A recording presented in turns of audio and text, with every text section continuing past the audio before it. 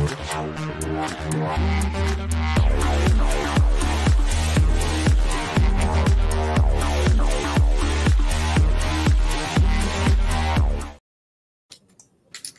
everybody. Welcome to another episode of Friday Night Bricks. Is it Friday yet? Yeah, it's Friday. We're up to episode 306. Oh, I forgot to put my teeth back in. Long week. I'll just keep my mouth shut. Yeah, so 306.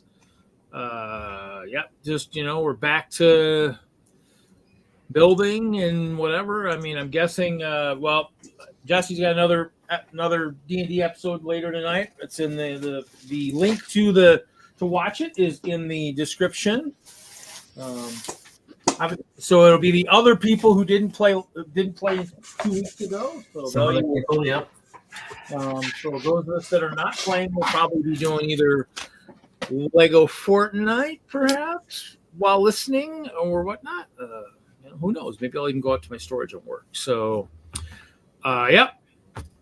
Larry, what are you up to other than probably getting a ton of snow there? Yeah. Oh, so much snow. I got at least 1.5 feet at my house. Can you ship it to the Midwest? I mean, all I got was like I heard you guys were in a snow drought. Full day of rain yesterday. And then, of course, what happens this morning, I wake up to go out to my car. I'm running an hour late. I go out. And, of course, my windshield is frosted over. I'm like, are you kidding me? You couldn't make it cold enough yesterday so we get snow, but you're going to make it so cold enough that I'm running an hour late and I got to scrape my window. Hopefully. Yeah, we got dumped on. We lost a bunch of limbs off of trees all around the neighborhood. That's the crappy part about these heavy, wet spring snows. Spring snow, Yep. Well, Trev, you may see Hinkle. He sometimes does. He still hangs around here once in a while. He's actually done a lot of the artwork you'll see in the background. He did the nice haunted scary tree, whatever you want to call it. So, yeah, there we go. Yep. Jesse's got the shirt. Hold on, Jesse. Yep, look at that. There he is. See, you ask and you receive. You just have to ask for the right. I think you have to ask and pay a little bit sometimes, but that's okay. We support him. And there's my personal email. There he is. And I'm wearing the right colored shirt tonight to have that emote. I like that. That's perfect. I got the right shirt, to match the face. And this is just Badger Honor Flight for the veterans. I did not personally make it long enough to be a veteran, but my grandfather fought in World War II, so it's always kind of cool. One of the bowling centers I delivered to actually is doing a fundraiser next week, bowling type thing, and so she had the shirt. I was like, hey, I'll buy one. I'll support. I will support. So used to be 3 or 4. I heard that door. I was trying to keep my door quiet. Yeah. Should I tease the name of this adventure? You betcha. Hold my beer. Yes. I don't drink it, so it's a good episode for me not to be there because all I'm going to have is the caffeine all night. Yeah. So that's what I'm going to draw from. Hold my non-alcoholic Sam Adams Gold Rush. Oh. Non-alcoholic. So I got to keep my wits about me. Nah. It's St. Patty's Day weekend. I mean, I keep someone across. I still have these Friday bricks I'm going to have to pass out here in the future too. Oh, they're upside down, but for anybody who needs them in, their MOCs. I tried passing out a couple at one of my meetings, but Ooh, I'm going to have to find one of those in my castle. Yeah, the gray would be kind of nice in a castle or maybe a dungeon MOC, maybe perhaps somewhere in the wall. Saw a pretty cool dungeon on stream show today. Man. Yeah. I have to raise the bar on my ideas. Yep. So other than that, not really doing a lot. Like I said, I'm building. I showed these guys pictures earlier. I'm kind of working on the collab for Chicago. So it's definitely going to have an elevation change. So I haven't talked to all my current collaborators, find out how everybody's doing. Butt Chop has kind of been non-existent, so I'm hoping he's building. I know he's worrying about a move here this next month, so I'm hoping he's doing okay and building like a madman, because that's what I'm gonna be doing here over the next couple months as storage becomes more enjoyable to work in. And it wasn't bad today. It was actually kind of nice. So Cool. I have been trying to plug away at this castle, figuring things out. I built a thing, just a little thing, just playing around. Ooh, staircase. What? Little spiral staircase. So, yeah, turn it on its end so we can see like the other way. Yeah. Oh, okay. Okay. Yeah, I did it with headlight bricks back in the day for the Hope Castle. I did like headlight bricks and spun it around and built the stairs sideways, but they were nice. They would be a whole brick thick. And so yeah, this is a little bit. It's a tight staircase. It's more for show than actual functionality, but it looks pretty good in the. Yeah, I don't think mine actually really, unless I hit a headlight brick within the step itself, I didn't really have a way to really stand someone on it real well. They would be falling off. So other than that, it's just it's either built Emmett's house, which I just kind of stumbled across, or it's taking apart water, which I did last night. I did the dark blue last night, 4 of the base plates on Hoosier Stream. So just trying to get some more base plates in case I need them, because the water's kind of exited. We've used it enough times. Well, I need to talk to Ralph, because Ralph might still need some of that for Chicago, because his is all water swamp based. So, and hopefully he's if he's got green air tanks, hopefully he is outfitting those for possible space excursion into certain peoples who've been kind of heckling me the last couple months. Might need a wake up call from the lands of Chima. So I did actually pick up, because we're for our collab, Larry, we're doing wiring and lighting and stuff. So the one guy at our last meeting was talking about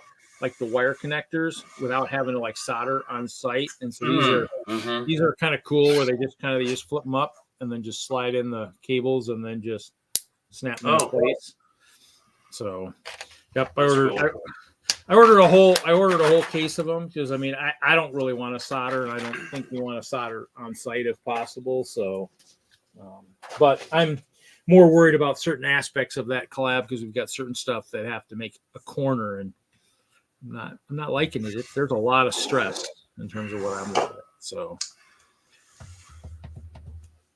that's cool. Well, you could always too, if nothing else too. As you're thinking about too, and you can always come down if you're the big AFOL and you just haven't figured out if you're ready to display, is come down for the weekend. Do the weekend pass, where you can come down and see both days and see all the cool stuff like World of Lights and all that stuff. So we always, those of us that have been there many times push all that kind of extra stuff. So I still have to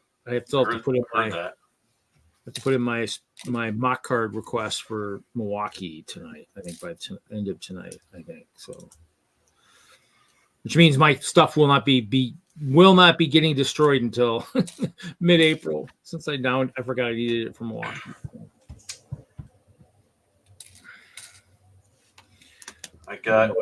Brick Slopes just opened up their registration this week, so I got that one registered. So now I'm down. I'm all set for all 3 shows this summer. When is Brick Slopes? End of August. Yeah, I'm pretty much. I think it's going to be just Milwaukee and Chicago this year.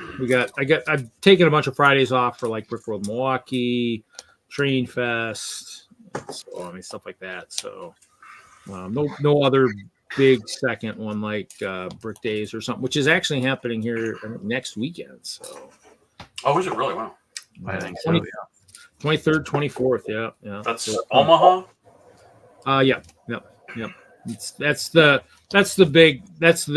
one that's in the spring is the one that's their convention style one. They have one in Lincoln in the fall, and that's just kind of just like an expo, kind of like Milwaukee. Oh, okay.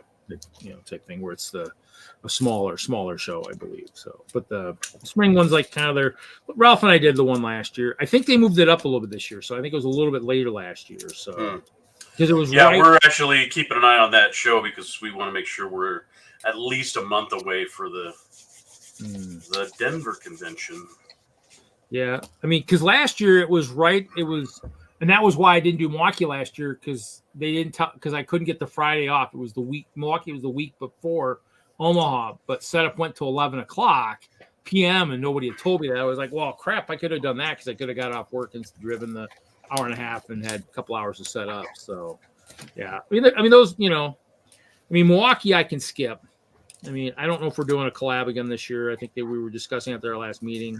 Not sure. I mean, I could always opt out, so I don't have to be at shows. Milwaukee will be our test run for our collab. So we have one show before Chicago to test run it and see how it works and iron out all the kinks. So when you get to Chicago, you've got it mastered and stuff. So I don't know if you guys have anything to beforehand that you can iron it out, any kind of a show or anything. If you needed to test any of your stuff beforehand.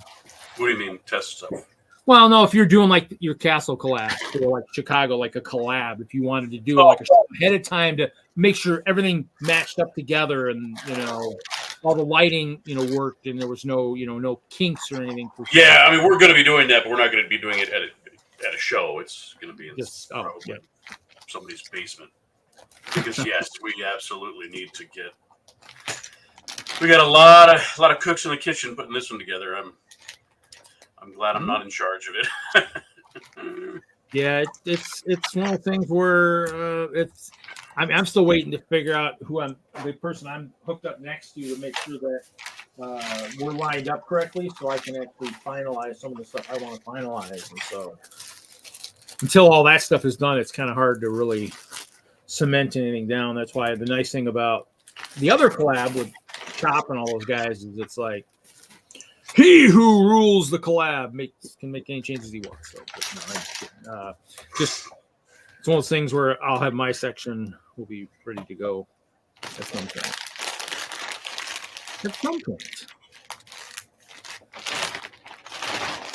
I don't know what's everybody in the chat working on tonight. Obviously, it was a crazy snowy out west day. It was really beautiful here today. It was like I think it was 60. It was nice and warm and 60. I don't know. I thought it was supposed to still be winter. Spring starts next week, but you wouldn't know around here. How many Fridays did you take off for Brickworld Milwaukee? Took off one. There's Brickworld Milwaukee's only once, but Train Fest. We have Train Fest in November. That's a Friday. I only get 2 weeks of vacation, and so I have the other problem is I actually forgot to say I have a trip to Vegas for bowling this year for nationals, and so that's where I use a whole week generally. So because we road trip, and actually I don't want to. That was the big thing today. One of our guys actually is driving so well. You get cheap flights to Vegas, man. Why drive? Well, because we have all our equipment to take too. That's kind of so. I mean, most 15 bowling balls. The first year we drove to Corpus Christi from Denver, we took 32 bowling balls and 5 of us. So that's a lot. Yeah, 32. That's a lot of weight. My GMC Safari, but my Safari held it really well. The only problem was going into the ramp kind of was interesting. So, but yeah. Fun stuff. So that was a fun road trip. I'll bring just one bag of like three balls probably, but if those don't work, oh well. Forever sorting. They just sort. Yep, everybody's always sorting. You sort. And then you build. I mean, I was building today. I mean, criticizing myself for not finishing sorting, so that it's easier to find stuff. But yeah, I took a couple things apart the other day, sorted a little bit of sets I didn't build. Pull the figs. I got one more dream set. I should probably just pop it and pull the little minions out.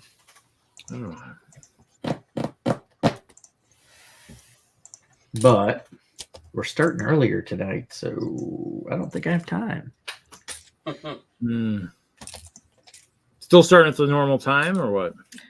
I'm shooting for 8 o'clock, so we're out of here an hour early. Hi, Nikki. I am hooking up with, well, Drew, I think, is on the one side, and then Jordan. But I don't think Jordan, I don't think I have any modules hooking up to his. Drew is the one I think I know for sure I'm supposed to be hooking up with. I've been playing with my my curves and stuff. That's been entertaining. So that I kind of was playing with trying to get more stuff into more Technic pin into the base of the Mills plate for support. Because mine seems like it's tweaking pretty significantly. So, but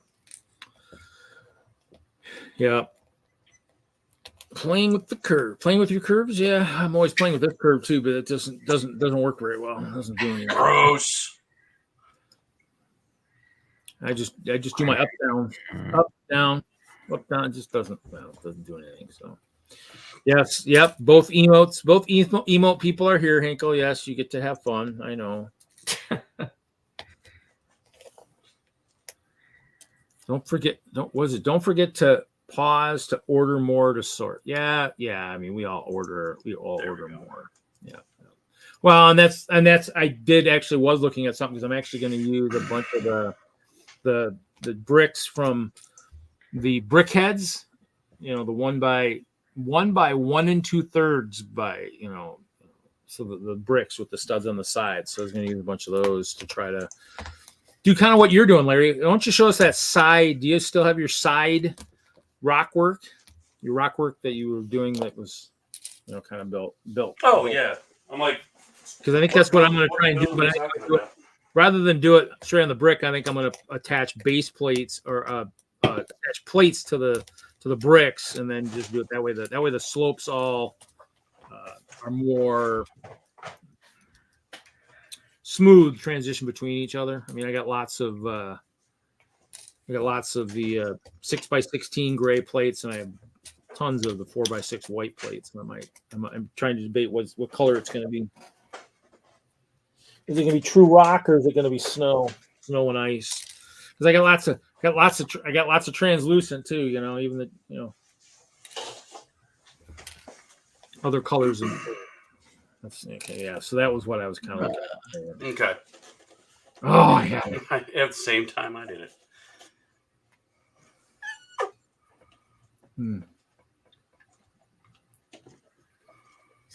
Built onto plates, right? The plates are, you know. So it is Thought so. Take the top off.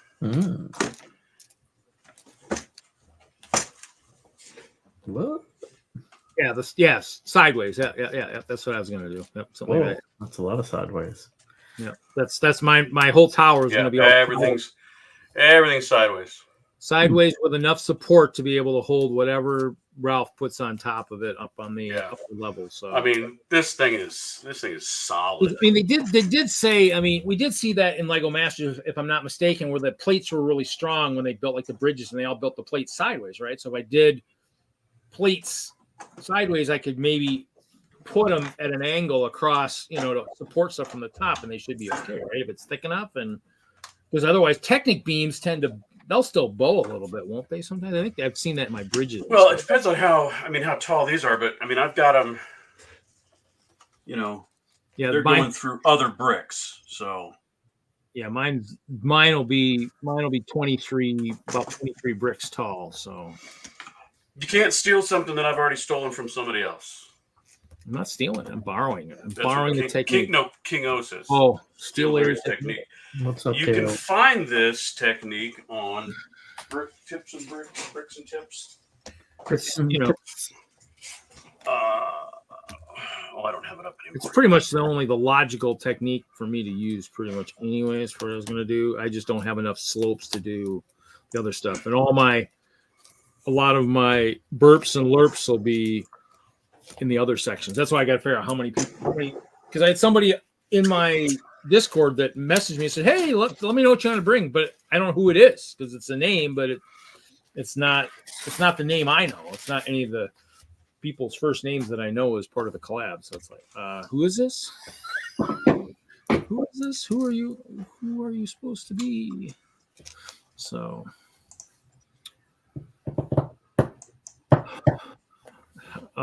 yeah, I like Trevs. I love your reasoning, but unfortunately, we all are really good at burying parts that we can't find, and we order them, and then we find them. Right, Larry? I think that's happened to you. I know it's happened to me. Yeah.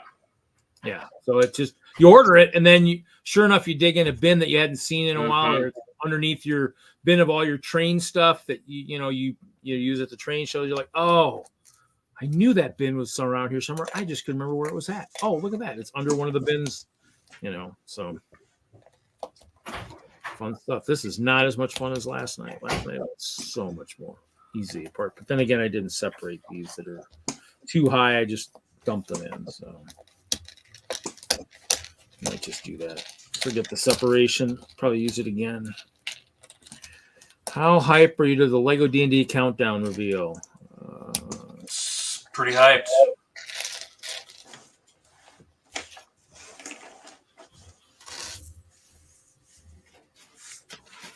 If I had lots of disposable money, I'd probably be more hyped.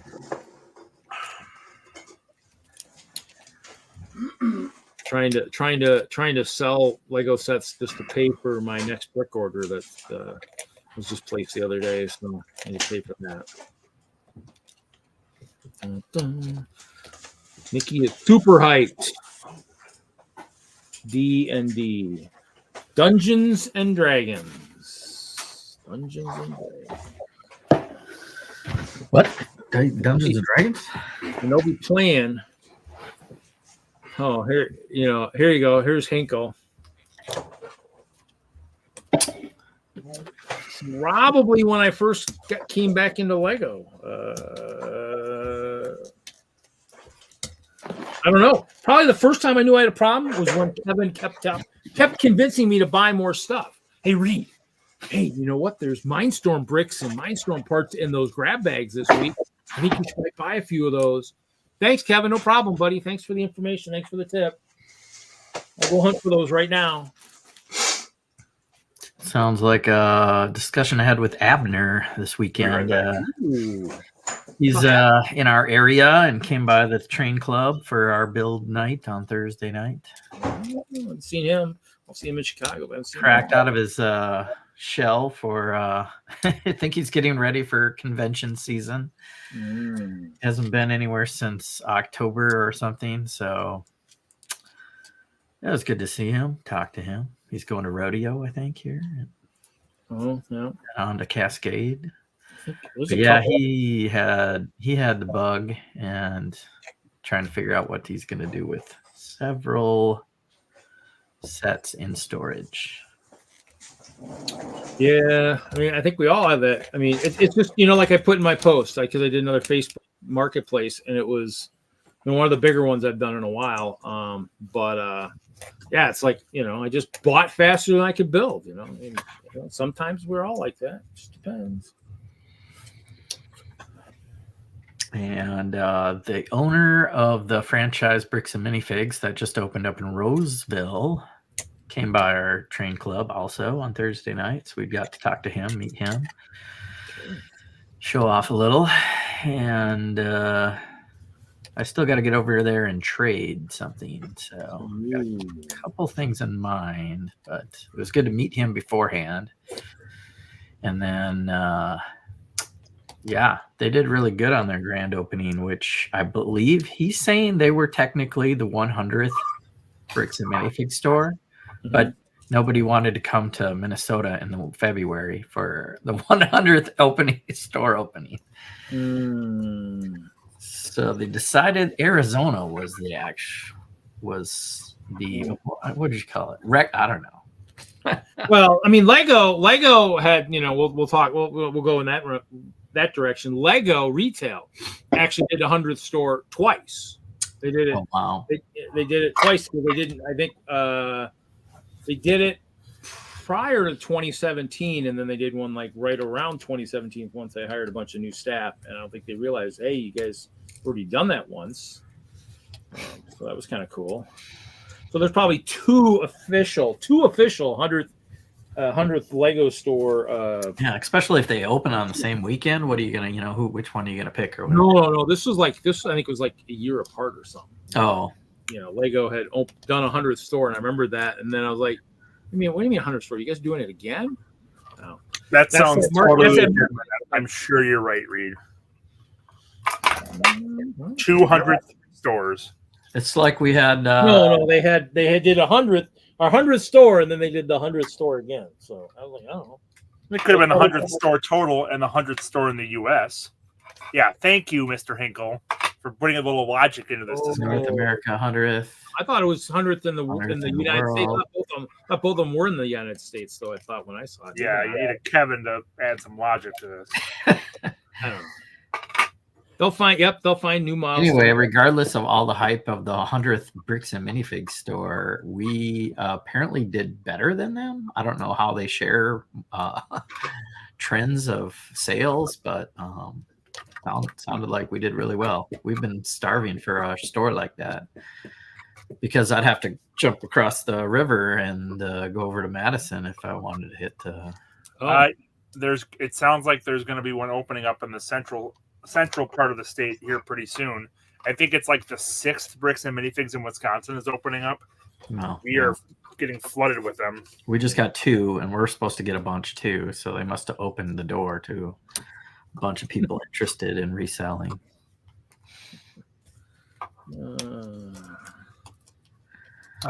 If only I could talk from chat, that would be awesome. No, he just doesn't. Type it and talk at the same time. It's because his camera's not there, so he's probably on YouTube. There's probably nothing showing him. I would guess maybe not. No image or anything. Probably incognito. He's incognito video. He's wearing his Harry Potter invisibility cloak. It works. See, Kevin's wearing it. It's an official item in life. Speaking of which, I should probably think of stuff like that. Yes, I do like that. I guess that'd be kind of cool. Maybe we need. I wait until they do the 1,000th store. That's what I wait. Wait, which 1,000th store? Whenever Lego does it, I don't know which one. Whichever one they do, whichever is the first one, I guess. Whichever is the first of thousands. Yeah, whichever is the first one of the 1,000. Is it thousands in the world, or is it 1,000? Well, probably won't be 1,000 in the United States. That'd be a few too many Lego stores, I think. That'd be one in like almost every city above a certain population, I'm guessing. Well, yep. If anybody can pull it off, it'll be Wallace. It will be Wallace. What? So.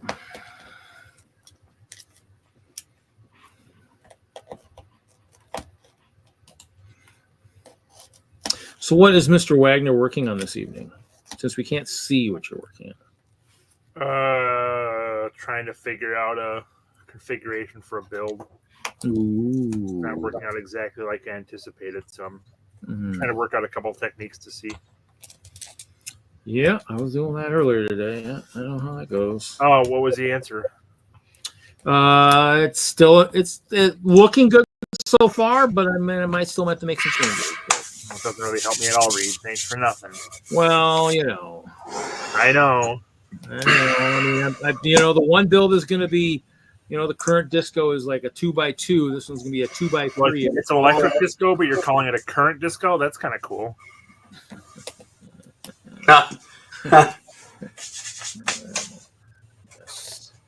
Yes, it's the modern disco. It's not a fruity disco, right? That kind of current. Yeah. I don't think so.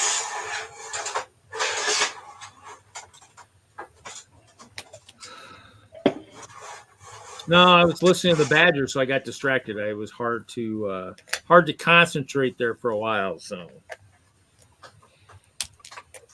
while trying to build, of course. Worked on the easy stuff.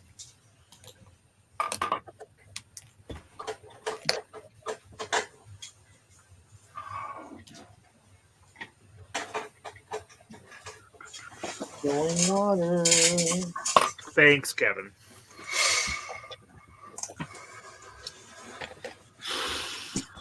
Well, somebody had asked for him early on in the stream. Trev had asked him, and sure enough, he asked and he received. He was behinkled? Yeah. He had made a comment on how awesome Hinkle used to be when he was into Lego, and so what was it? Oh, and doesn't Mr. Hinkle have a Kickstarter going right now for his doodle book? Another doodle book. Yes, he does. Number 2. I thought I saw a bunch of new rewards got added today, but I haven't had a chance to check them out yet. Yeah, I haven't looked at I saw the post. Upgrades, maybe?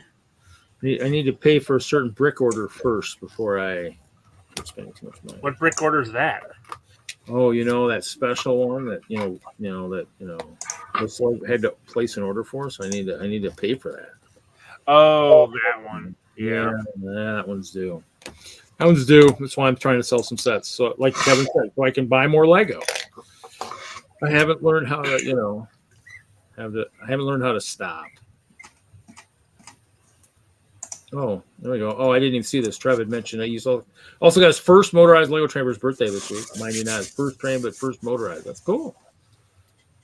Trains are awesome. They're okay. When they don't derail. When they derail, it's kind of bad. It's a lot cooler when they derail. Lego trains, really. Well, they're fun to watch go off a table and just shatter. I mean, it looks like Larry's protesting our discussion. Exactly. I'm taking my bricks and I'm going over here. Well, he's still awesome. There's always that. No, I'm just contemplating if I've got any time to get anything accomplished. There's that 1 in a trillion chance that he could maybe come back to Lego. Nothing you bet on. Wouldn't be able to get it. No one's going to cover the bet, unfortunately. There's probably someone that would take your money. As long as they pay me out in 1x1 bricks or something, 1x1 plates or something. Probably already have $1 million, so maybe have to be a 1 in a billion. Maybe I might get some more. You have $1 million 1x1 plates. $1 million. I probably have $1 million Lego bricks or plates or something. I don't know. That's not what you said. You said you have $1 million 1x1 plates already. No, I would say I would like $1 million. That is not what you said. Okay, well then I misspoke. I have at least $1 million Lego, but I said I wouldn't mind a 1 million. So my mic must be. Oh, it's your mic. That's right. It's the mic. It's distorting my speech. Oh, apparently the odds have gone down or gone up significantly. It's gone down or gone up? I don't even know. So no one's giving odds of 1 in a trillion anymore. Yeah, it might be one in a million now. Where's Larry's beer? It's somewhere out of sight. It's not. You have a beard? I think it's a non-alcoholic beer. Oh, nice.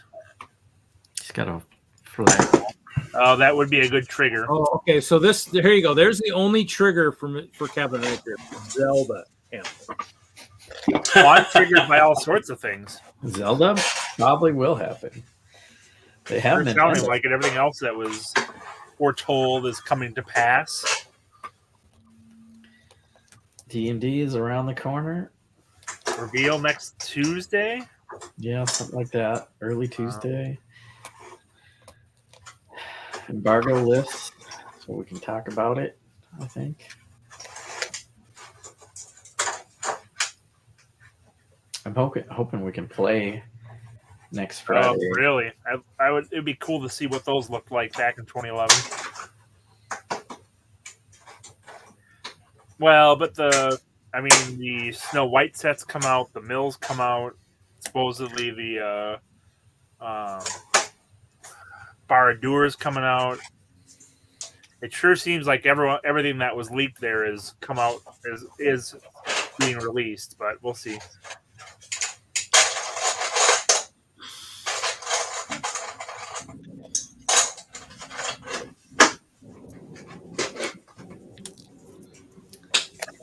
Chris, you might have to just make it yourself. Make sure the logo is in magnet form so you can pull it off real quick. You know, if you ever need to.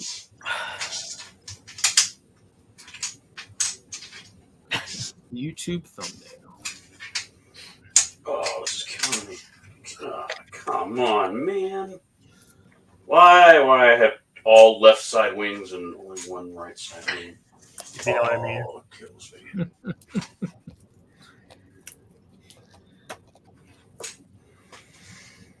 Okay. You're not door dashing in the snow tonight? No, I door dashed earlier. They had a bonus going on, so I'm like, perfect. I can get this knocked out. I went out last night when it was because it's not snowing now. I mean, the sun came out at like 9 this morning, and it's just been melting. And so last night, however, when it was at like a foot and a half and still dumping snow, I was out and about. That's always fun. It was nice because no one else was out. Kevin, if you were holding an animal, it'd probably be even better because then everybody likes those animal videos too. So make sure maybe your dog's chewing on one of the Lego bricks from the new set. Then then it's definitely gonna go viral.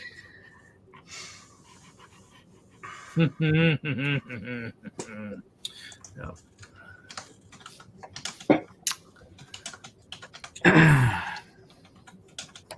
Only politics on this show are stuff like did Reed really work for Lego brand retail? That's the only politics we ever have here on the show. Or will we ever see Kevin Hinkle back into Lego? Well, sounds like it's not really politics. It's all of Larry's right wing politics wedges.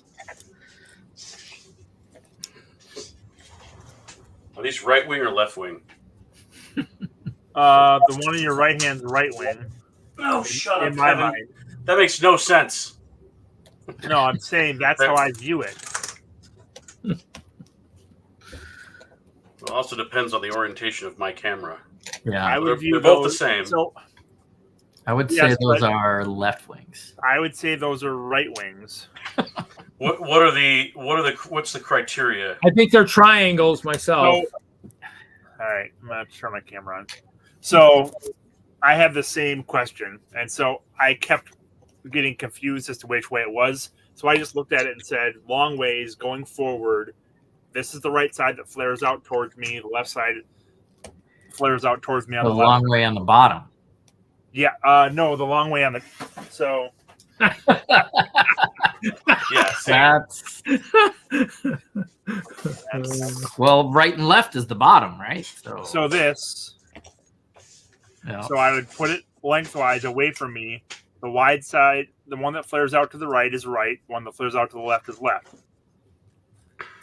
In your reference, those would be right side in my view, because they flare to the right. So I'm putting it on the spaceship. Yep, and the exactly. point's going that way. That's how I see them. All right. And so great. Because I got all right wing and no left wing. So I have all my wedge plates for green, brown, tan in here, but I have left on one side and right on the other, and I kept confusing it, putting in the wrong ones. So I finally just had to come up with a definition that I would remember. You need a bipartisan container. Yep. Make sure that your container has an aisle down the middle, so they don't. It doesn't come out. It doesn't come out, so you can't, so they can't work together. Aisles coming out. Mix up left and right. Headache night. Anyway, and these are the newer. Yeah, Rickable's right. Yeah, these are the newer ones that These also are newer ones that I happen to grab. Sharp wedges. Yeah.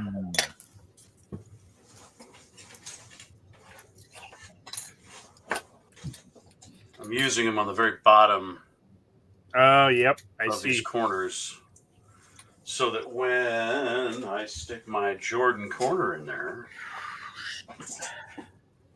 It's a slam dunk. You can see the. Oh God! It's just so those the two studs you can see down there. Those actually hold. They hold that. They hold it. I mean, it's not as strong. Oh, wedged in there. They're wedged in there. Yeah. If you can see that. Yeah, they're right there. And that's one way to do it. But yeah, I mean, it helps. And by the time I get the rest of the floors in, because I'm doing 3 stories. I'm gonna do 3-story high Jordan corners instead of doing it a story at a time. What are the stories? Well, the first story I was telling about door dashing in the snow. Yep. That was the first story. That's kind of the boring floor. What's the second story? On a dark and snowy night. Oh, it's your D&D story? That's much more interesting. What's the third story? The third story is about how I'm going to do my best to get all these done by Chicago. Oh, that's kind of a boring all story. These projects. It's exciting. A tale bound to fail. Seriously. I mean, that's some heavy lifting there, but I don't know. I guess I've been there. I don't know. I try not to cut it so close. We all wish we could do that. I know. Well, I just, I figure, I've only got these 3 projects I have to do. Oh, and that collaboration. Oh, and that other collaboration. I'll be fine. That's exactly what I did, Mr. Hinkle. Exactly what he said.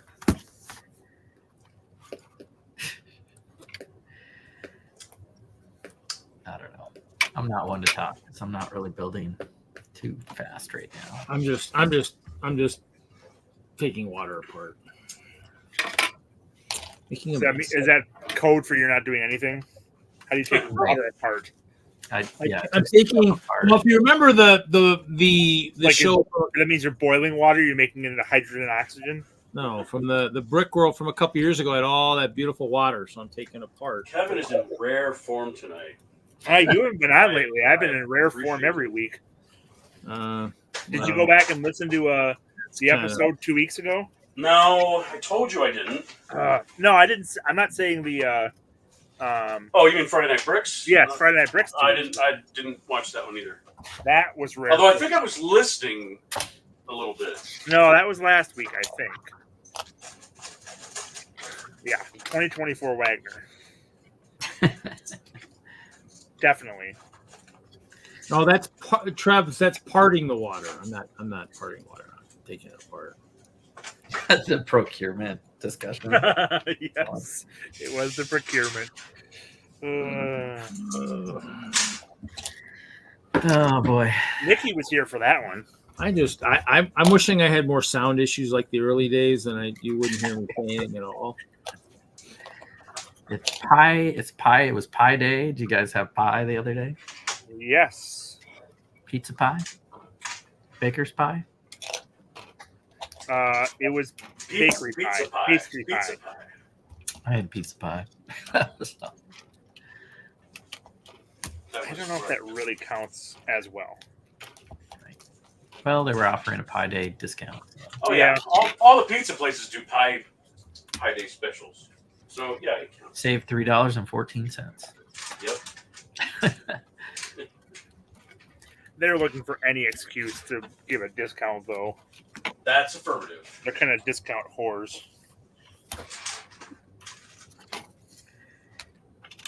Yeah.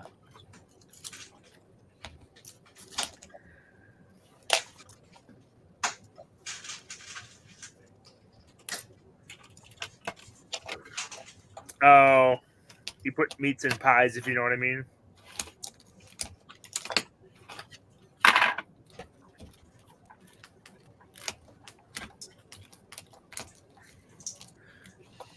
And then it's St. Patty's Day, Sunday.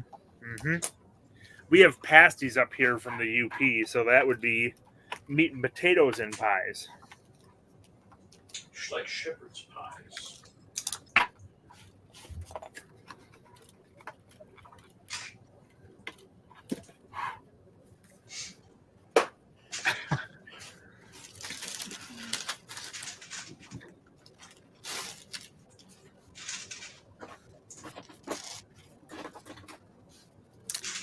Four and 20 Blackboard. Is that? I was going to say, is that a Blackbird reference, Johnny? Is that an X-Men reference? I was thinking that more something else, but that's just me. Wait, whatever else could that mean, Reed? Is this a bowling thing? No, it's You do it at the bowling center. it's a unique thing that's now legal in Colorado. So, yeah. How many strikes does it take to get to 420? I can do that math real quick.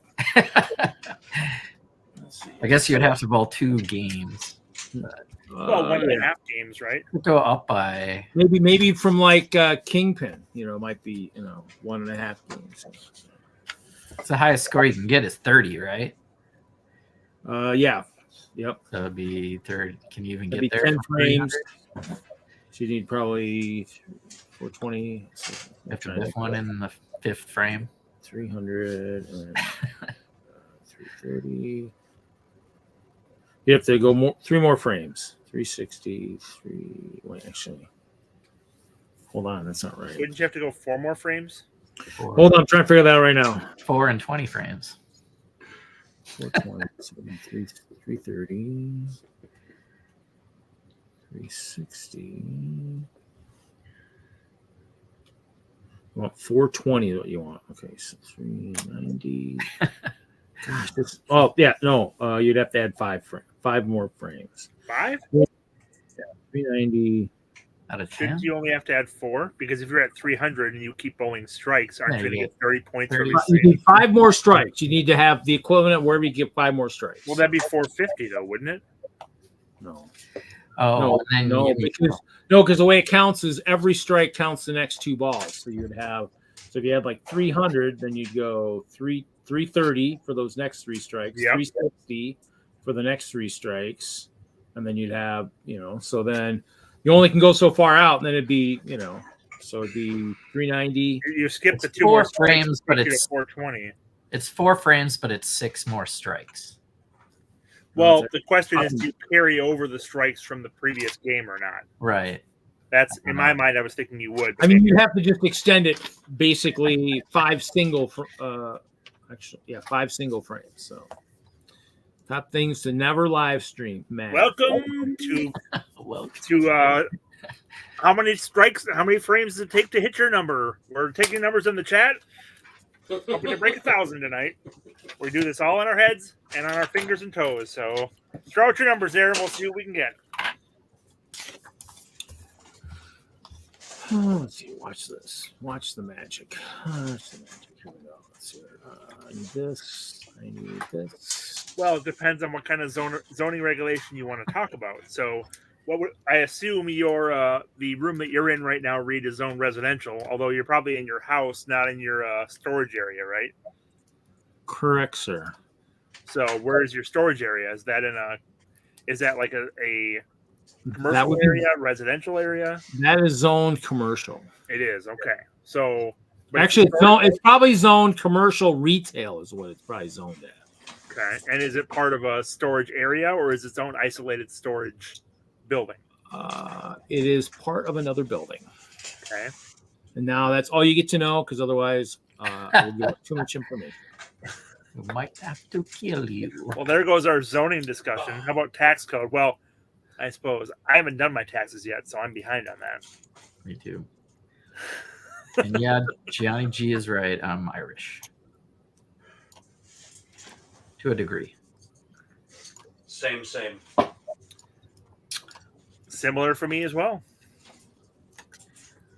So I will be wearing green So you want to do that. Drinking beer on Sunday. I will be on the Brick World channel Sunday with Ben Z Cerbis. And he needed a sub because I think there's a Brick World indie or something going on. Oh, yeah, that's right. Indie. Indeed. So I'm guest hosting, and we're going to do the bracket Sweet 16 sets that they kind of mashed together. See how it goes. That's Sunday night. Also going to be on Bearded Bricks on Wednesday. And in less than 10 minutes, I will be on my own channel, Jesse's Brick Galaxy, going live for Critical Bricks. Woohoo! Purple Worm Kill, where you can expect to die. Well, that's no fun. Troy achieved Oh, the Mr. Bob, I impossible expect you and to survived die. last week or 2 weeks ago. So it is possible to win or survive. Yeah, Everybody. see, Kevin, since I'm only on an hour, I'm trying to pack as much as possible into this episode. So you can either stay here and watch Reed talk Fortnite, or go over to my channel and watch us play D&D. King O, come on over. Please watch both shows. I've seen people do that before. Watch one on your phone and one on your computer.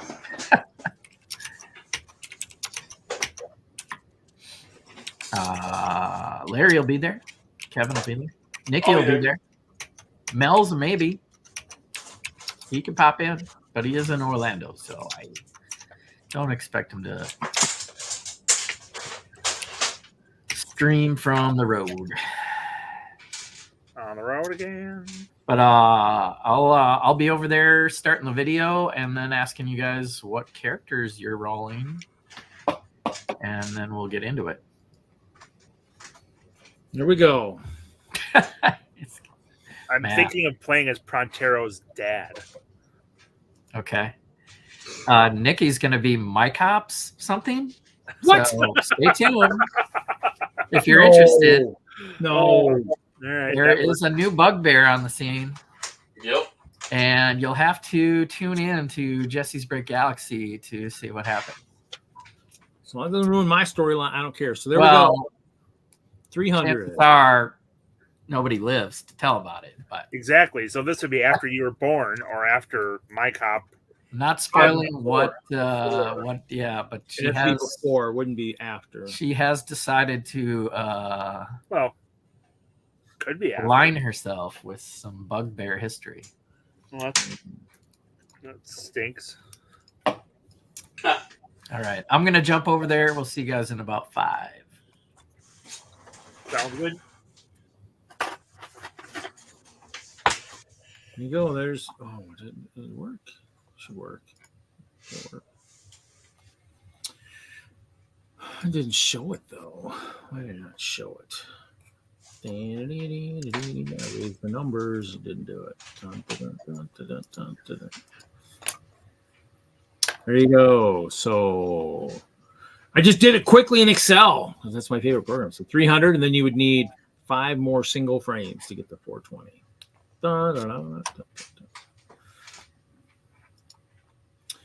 I see. I have not actually. He asked me to bowl earlier today, and then he said, "No, I don't need you." I'm like, okay.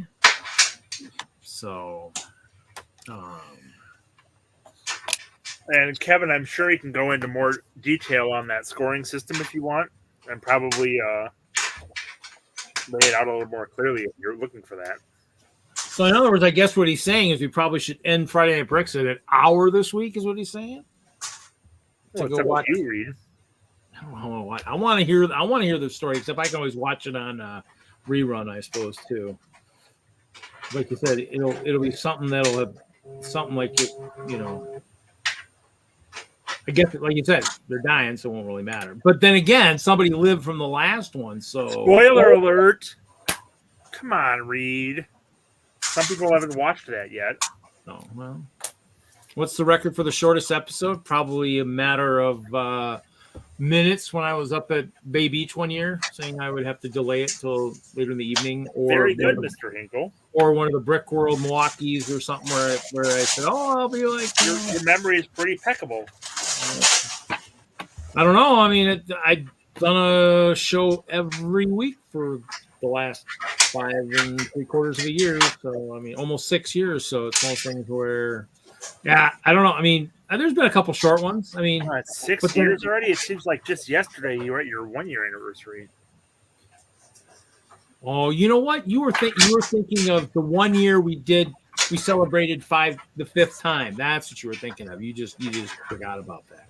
It was the 5th time we celebrated 1 year. So that way, like the women who celebrated. Was it your first? Was it your 1 year international anniversary and then your 1 year U.S. anniversary? That's probably what it was. That was probably the mix-up. But it'd be there's that 1 year Wisconsin, or the 1 year StreamYard versus the 1 year. We did the 100th episode for the 3rd time. Yep. Because there's just certain people in this world who like to celebrate a birthday they've passed, decades before. That way they feel younger. So yes. Yeah. Some people do that. All right. Well, good seeing all of y'all. Hope to see a lot of you over at Jesse's Brick Galaxy. We'll see. Buenos nachos and good night, Judith the Judith. Good night. See you over there or not? No, you won't see me over there. I'll be watching it on rerun, I guess. Maybe I need to have Hinkle come on and do some drawing, do some showing off of his maybe doodle book, maybe some tidbits of what we might see in the book. But I if worst case if Hinkle doesn't come on, I probably might do some Lego, just extend the Friday Bricks as some Lego Fortnite. Do have a world I've been playing in. I've been working on my world a lot lately. Ingrid's got 2 worlds. I've been playing that. I deleted my first couple of my worlds that were extra. First one that drove me bananas. Hello. Can you hear me? I can hear you. Can everybody hear Kevin? I can hear Kevin. Why is my if you're using like OBS or something, you need to make sure you hit the start virtual camera, or I don't know what you're using. Or make sure or go into settings and check your camera. Make sure it's got the right camera or whatnot. I'm using OBS, so I have to make sure I start my virtual camera every time. Otherwise, it won't show up. I'm not sure if you're using something else. I'm guessing maybe if it's OBS, it says Hink. There we go. Oh, there you go. Right? Yep, it's got an image. Yep, it's got your. Hold on. I'm going to bring my microphone next to me. There you go. So cool. So where are you at for Doodle? You can't be by yourself. I don't know where Ralph is tonight. I mean, Ralph, I probably would be talking to about Chicago if he was here. Because I've been working on that a little bit, trying to, that's the only nice thing about my storage is that's the one thing I would never turn down is I do have, been working on that today. And just, it's funny because, doing the rough sort, like what you had kind of said, had me so I could just be pulling bricks like crazy to build that. That's everything there is what I built today. So, I built that all today. Just, it's a double height mills. And so. What are you building? That is going to be, we're doing a 2-tier layout for Chicago this year. So we'll have an 8-foot table in the back that's standard height. And then the table in front will be half height. So what I'm building is I'm building my half height. I'm building underneath because the theme this year is let's go explore. And so I'm moving everything I've got is underneath. It was basically going to be the ice bears have discovered the badgers. So you're building a layer underneath what you already have? Is that kind of what you're doing? Well, I'm building an underneath layer. Ralph is coming to Chicago this year for the first time ever, and he's bringing his swamp. So the swamp. Wait, are you not taking your castle? Possibly not. Maybe I might build the tower into the back. I might take Memorial Tower. What are we doing? You can't not take your cat. That's your thing you take every year. Well, I mean, Memorial Tower could maybe, because it's tall enough to where it could actually be at the base and still go up and still end up having some above it. Maybe build well, I was going to build a new design, but we'll see. I mean, Nikki's like, you are not supposed to be here. I can't let Reed be by himself. That's so sad. I don't approve of that. We're not here for the sad Reed vibes. He lost his invisible castle again. Yeah, I lost it. Yeah, I've lost it. I've misplaced it. I can't find it. I was going to make a new design because that was the thing about Chicago is the goal was to try to have something. Do you still have it, or did you disassemble it? No, it's still there because it's going to Milwaukee in a month. So I mean, it hasn't made to Milwaukee yet, and I took it to the train show. It's been to the train show twice, but 2 different configurations. Okay, so what are you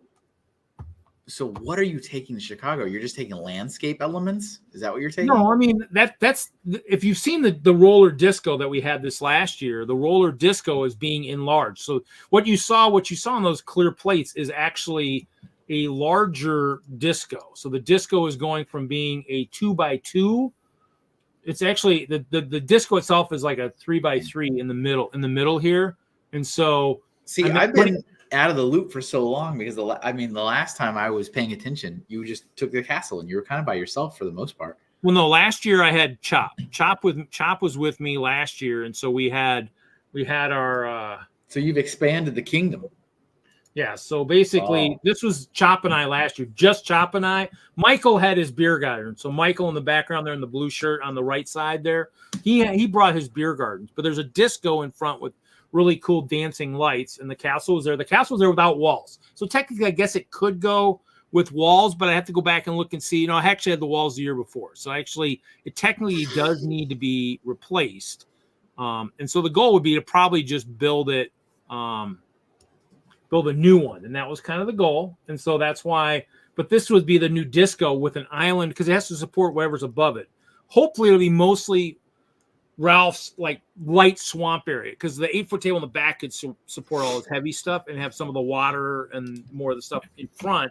And this was going to have like a center island in the disco. And then that was going to be in the back, it would be a massive rock wall orchestra band area. So, I mean, it would have 3 or 4 or 5, whatever levels of all the different instruments playing or something. That's the goal. I mean, it's a lot of work. I mean, obviously storage being not very good temperature wise, like it is like here.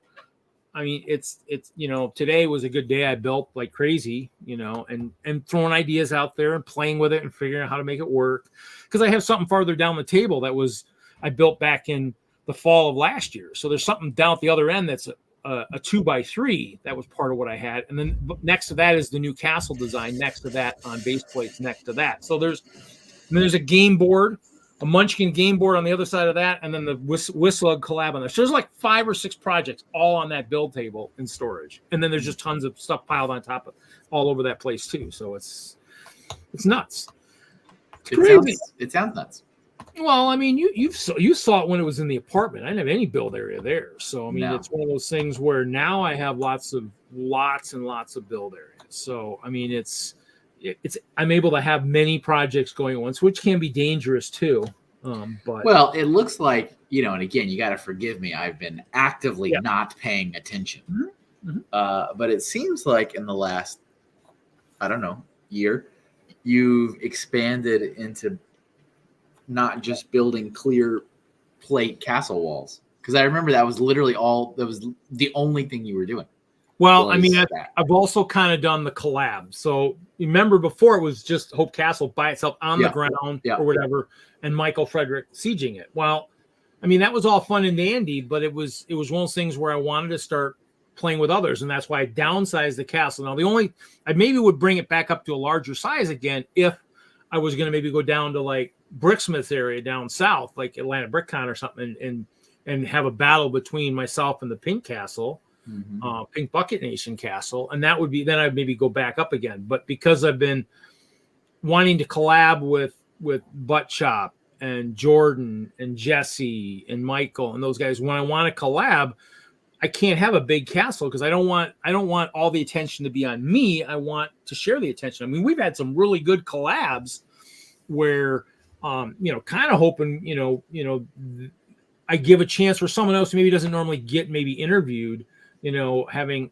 a build, having all these other ones in there, which is cool. I mean, we have a lot of guys doing it. And so Jesse didn't do it the 1 year. He pulled out. He had, so it was kind of one of those things where it kind of sucked. But and then Chop last year was just basically Chop and I, because I mean, just when we do other stuff, I mean, sometimes just people aren't available that are ready to have stuff. And so this year, Ralph's coming. Jesse's not ready to get back. He's still not ready to get back into building. Not that Jesse, but the Jesse who won Medieval back in 19 or whatever. He had a big castle. And so he hasn't kind of jumped back in yet. And so, but Ralph said he was coming. So I'm like, sweet. And he and I did Omaha last year. We had 4 8-foot tables, just the two of us. And so I know he can fill 2 on top without even second guessing. And I can just maybe have stuff pulled up, which meant that once I knew, and Jesse was going to build, Jesse had an awesome idea for this collab. And then he said, you know what, I don't think I'm going to build. So that means more of the bottom space now has to be spread between, as far as I know, just Chop and I, which means I might give up that ability to have a whole castle up top, have something smaller. I mean, I got all kinds of clear stuff. It's just, it could be, I could maybe just take some of the walls and say the castle was destroyed. Yes, that is Kevin Hoosier. Yes, Hoosier is here. Saying Johnny Hoosier bricks. Is that Hoosier bricks? That's Hoosier. Yeah. I mean, I'm sure, Hoosier, what's up? Do you get invites still? I thought you got invites. Do you not get invites anymore? I didn't want Reed to be alone. It's one of those things where, he goes off on, when he's alone, we go off into the weeds. Well, I would just probably play music and whatever. So, but I've been there. That's when you stop talking. It's no. I mean, I've done a couple. I've been done a couple, like even Fortnite. I'm talking. I still talk and I play music, and so it's one of those things where you're right. It's not as exciting as it is when there's actual people in here. It's okay. It's fine. And like you said, I mean, usually we don't play D&D for another hour. So for me, it's one of those things where 2 hours. Is this just for today, or is this like a new schedule change? I hope it's just today. He's just doing some short kill episodes. I mean, he killed my character last or 2 weeks ago. My character. And if you've been watching the D&D at all, Prontero is my newest character, and it was we killed off his first wife in that stream. So, I have not seen any of the, because I've never played D&D, so like none of it registers with me. So so it's one of those things where you have to kind of have that, that like a basic level of knowledge, and I don't even have that. So well, I don't have a big one of this one. I have a big one of like fantasy games, just like you have like video games and stuff, Zelda and all that. So you have that fantasy type thing. I mean, my D&D I have is kind of some of the dungeons type games I played on the Commodore, which is sitting over here to the left of me, and so that kind of stuff I have. But but I think when I think of like D&D, I think of D&D like I think of Minecraft, and like I think of a lot of other things where I feel like I probably would really enjoy it, and it would probably eat up a lot of my time. And so that's when I like hold myself up being like, man, I would probably have a lot of fun playing Minecraft, and I'd also probably lose a lot of time that I could be spending on other stuff.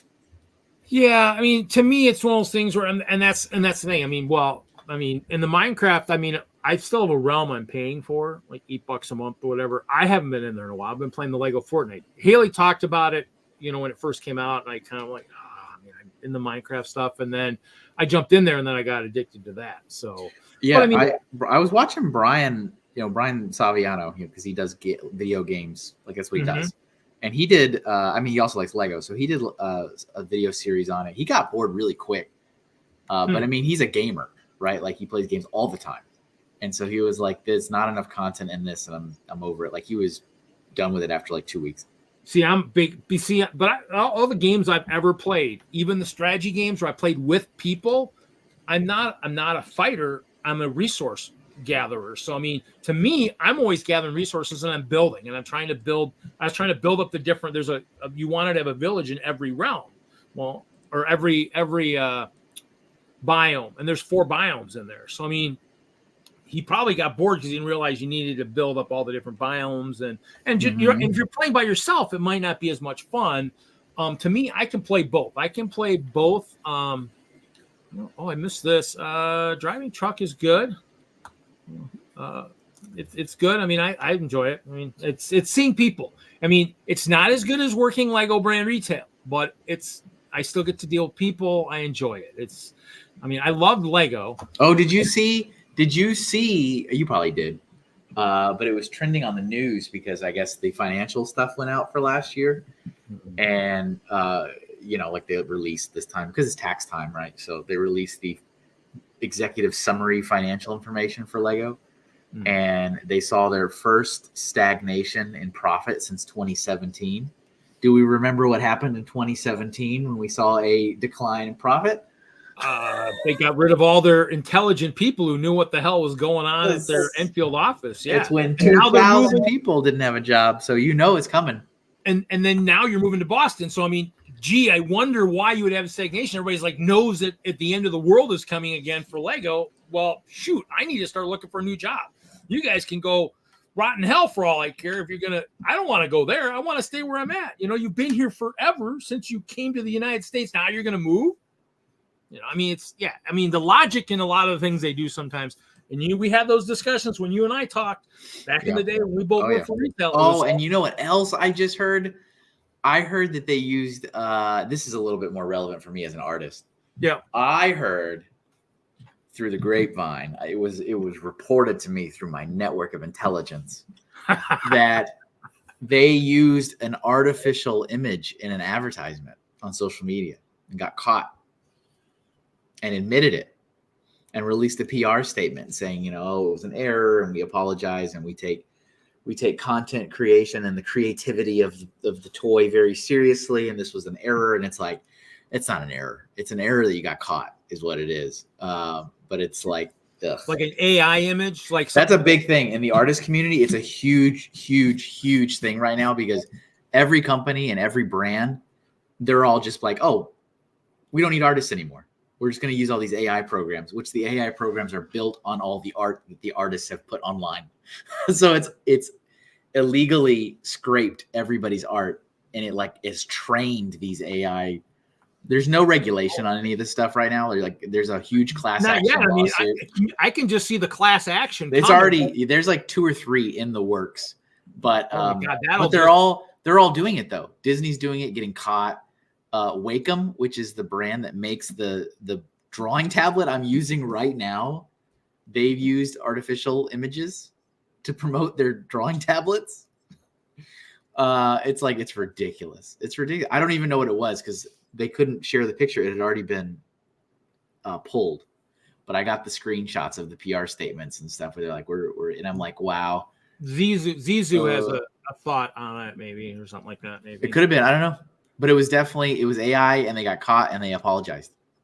Well, that's kind of, and that's the thing is, but that if that's what AI uses, if they use art, you imagine that. That or what's going to happen? Somebody's going to find out somebody uses something, and they're going to say that is specifically my image. They're going to go, okay, Google, you owe me $20 million for using that image for that advertisement you used in the Super Bowl ad. That now that company made.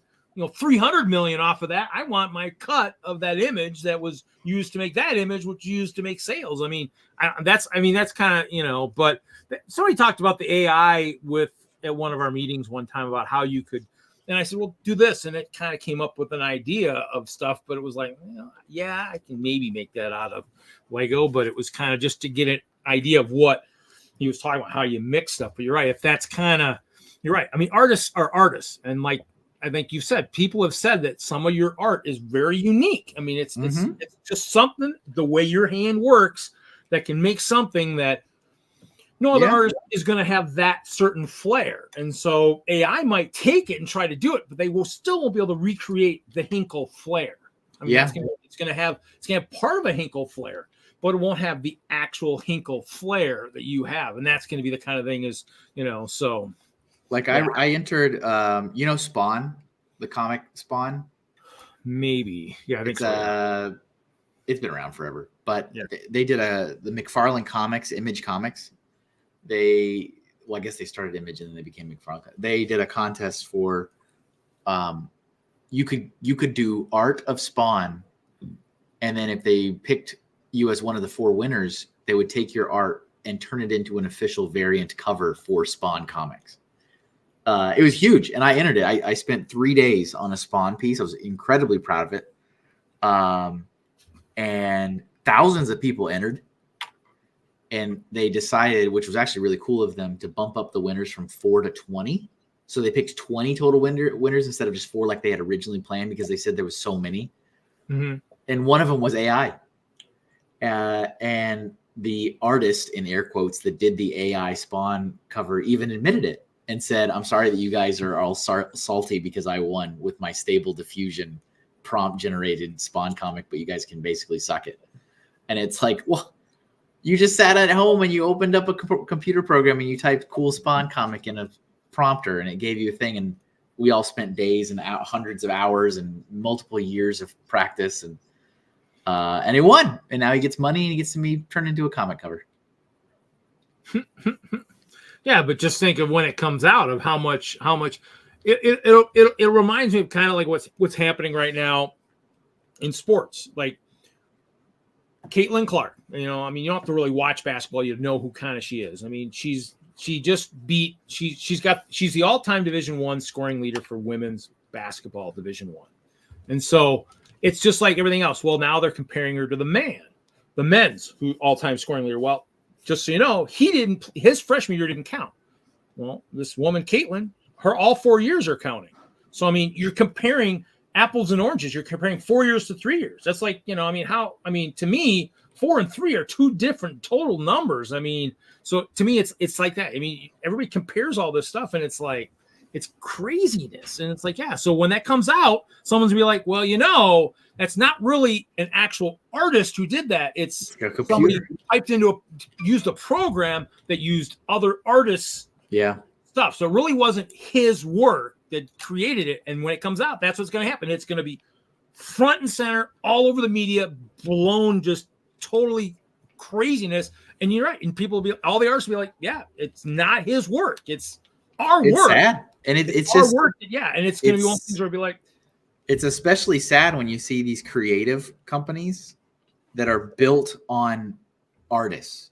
Yeah. Like DC Comics, Marvel Comics. I think both of them, DC and Marvel, both recently got exposed for having some AI stuff. And they were like, I mean, you have artists that make your comic books. That's what you do. Companies that make digital software and hardware for artists are like just using AI generated art for their ads. And it's like, but you make products for artists. That's your business model. And there's more and more artists are finding it and exposing it on social media and being like, hey, just, this brand is now using it. This brand. And it's just like every day there's another brand, another company. And there's even conventions. There's like Comic-Cons that are advertising for Artist Alley using AI generated art in the ad for artists to sign up for Artist Alley. It sounds like Brickfest Live advertising their show. All their shows are awesome using images from like 1 or 2 good shows. And you're like, and the thing is everybody does it and there's no repercussions. I mean, one of these days, someone is going to just eventually just say, you know what? If you misdirect the public in anything you do, we're going to hold you accountable. And the fines are going to be substantial to the point where it might put you out of business. And we'll be like, sorry. You're misdirecting the general public. You're telling them stuff that's not true. What's going to happen is you're going to have, the lobbyists and stuff from the big of. So what's going to happen is you're going to have people using them, which is already happening. You're going to have people using these programs to make Mickey Mouse stuff, right? Disney stuff, like hotbed copyrighted stuff. And then you're going to get all the lawyers at Disney mad, or these Viacom, like these massive companies. And they're going to be the ones that lobby for regulation and stuff, because they don't want no one cares about the hundreds of thousands of artists that are getting ripped off right now. But like when the big companies, which is already happening, especially with Mickey Mouse, and also you probably have seen them because like everyone's like the fake Pixar posters, they're like everywhere, where they look almost, I mean, there's some uncanny valley stuff with it, but it's like, oh, that kind of looks like, yeah, if I didn't know any better, that's a Pixar poster for like inappropriate things. But like the style of it looks like, yeah, that looks like a real thing, but like it's already happening, and it's aggravating these mega companies, and their lawyers are getting the itch. Because they have the money to do it. They have the money to fight it. I mean, in the end, it'll be one of those things where AI is really cool. I mean, and they're doing it with the writers too. The writers, like, you know what? The writers are the ones that are fighting that too. It's even Photoshop right now. Photoshop is a program for artists and designers and graphic designers and whatever. You have to go into your Adobe settings and turn off, because it's on by default. You have to turn off the approval for Adobe to be sending like data of your drawings and art in there to train Adobe's AI software, because they've already announced that they were launching an AI software so you could go to Adobe and type in draw me a cartoon beaver. But it's like, so we're here at home, I'm in my basement drawing, and Adobe is secretly stealing what I'm drawing on my drawing tablet and building software that can replace me. Unless you turn it off. But everything's on by default, because of course it is. Yeah. I mean, how long had that been on before people started noticing that maybe something was wrong and that people need to turn it off? Because obviously they're not going to tell you they want you to turn it off. So, I mean, how many artists, how many people drew for so many thousands of hours before somebody finally realized, hey, I'm going to, give me 1 minute. I'm going to go turn on the game for my son. Be right back. Stand by. Just talk amongst yourselves. Hey, Chester, how's it going, buddy? Look at that. I got Chester. Chester's hanging out. Tonight. Whoa. Chester hasn't been around in a while. He's probably been hanging with his girlfriend back there, so he can see her. He can see her through the camera. He's freaking out. He can see Dorothy. Yeah, well, she's part of the program too, buddy. So, yeah, Chester hasn't been busy lately. I don't know. He's been kind of chilling. Yeah. So, yeah, I don't know. It's good to have Mr. Hinkle here. Yes, I'm missing D&D, but you know what? We got people watching here, guys. So hopefully we will keep you entertained. Yes. Yeah, Dorothy is. Yep. Oh, I almost poked her in the eye. Yep, Dorothy's right here. And Chester's right there. Well, I mean, it's nice to have, and as you can see, like I said, Kevin drew this behind us, this huge, awesome tree. More fun here. Well, it's always entertaining. I mean, if we don't have the voices over there, you don't have Pronto. I love doing voices. I mean, that's the one thing I miss about Lego is I did voices all the time. There's a force, my young Padawan. And it's one of those things where, there's just something about that. I mean, just like, we all talk in streams, but if you don't have that uniqueness about it, I mean, look at us. Look at this stream. Basically, I heard that Hauling and Balling was maybe going to get a record for longest podcast. Well, what is the longest podcast on YouTube that's under 1,000 subscribers? I'd say it's probably right here. I mean, we're at Friday Night Bricks is at like 286 or something. We've been there for, ever. I mean, am I worried? No. I mean, we do this because we have fun. Have we done 306 episodes because we're bored out of our gourd? No, we do it to entertain the people that are willing to come watch us. You guys watch us, maybe listen to us while you're sorting, while you're building. If you guys want, we can put on music. I've got Shamalu Music, who's got Patreon. And I support him and Hinkle both on Patreon, and he's got some good music, non-copyrighted. It's in the background of some of my videos. It's in the background of my startup and end videos. He's actually got a couple good new songs out. You actually heard one of it in the 300th episode. It's one of those things where it's, I wanted something for some of my other videos that, which I haven't done much of lately other than the show. Friday Night Bricks is what I live to do every week. I love having people to talk to. Would I be better off on a date night? It'd be great if I had the right woman to go on a date with. I mean, probably end up just sitting around building Lego if I had the right one anyways. So, or gaming, I suppose, maybe gaming. Question: whoever gave Lego to use the NASA logo? I'm guessing it's a licensing thing. I'm guessing it's because they did the Research Institute many years ago, and they did the Women of Lego. I'm guessing, they would most likely, unless it's some kind of, because it's a government agency, maybe you can use that. I don't know.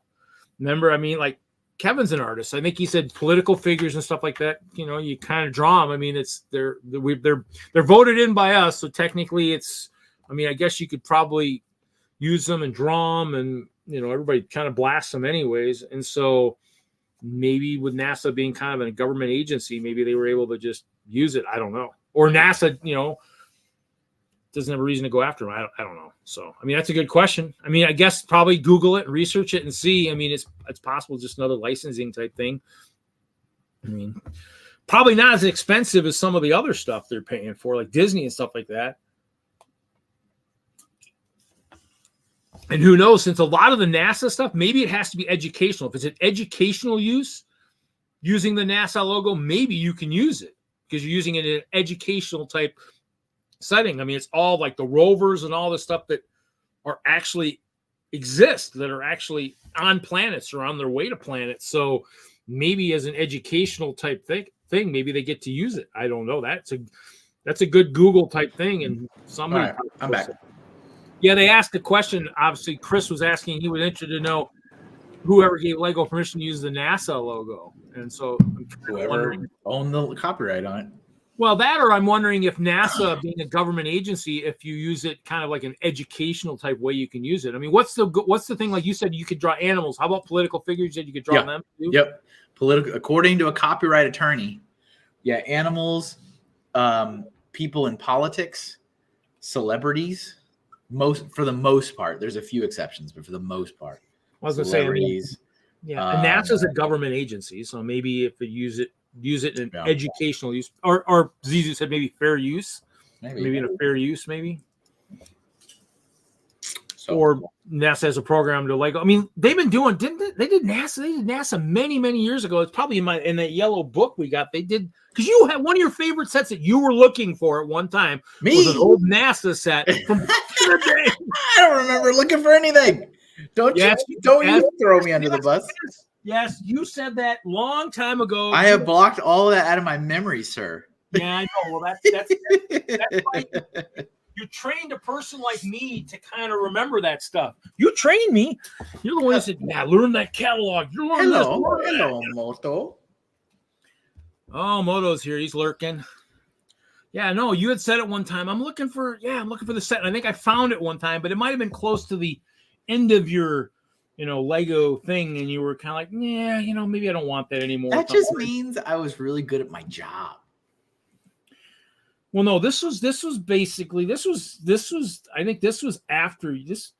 This was at one point. You're like, I'm kind of looking for this like NASA set I've always kind of wanted. And I'm like, oh, maybe. You could be right. I don't remember. Well, you're right. Like you said, you blocked it out, but it was I have blocked it out. I have found in my life, I block out my greatest traumatic moments. I am decently good. I'm decently good about just like rewiring my brain and being like, that didn't happen. I deal with it and I process it, but just like some of the memories are gone. Yeah. Like what's interesting, I was talking to my sister about this because, my parents went through a very, very ugly divorce. Like police involved, courts involved, custody fights, like gross. And I don't have a lot of memories from it. Like, I remember when it all started to fall apart, and then I don't remember a lot. And my sister's like, how do you not remember this? And I'm like, I think it was so bad that my brain was like, nope, we're going to retain these memories.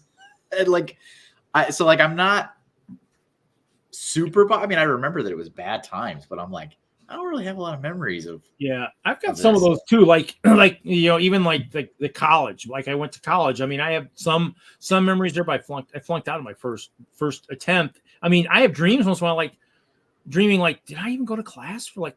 Yeah, you're that like, whole month. Did I go to class? Do I remember going to class? It's like, how do I not remember if I went to class? Yeah. But yeah, I have stuff that had happened, younger, stuff that I, probably block out because it's stuff that, hey, do I really want to know?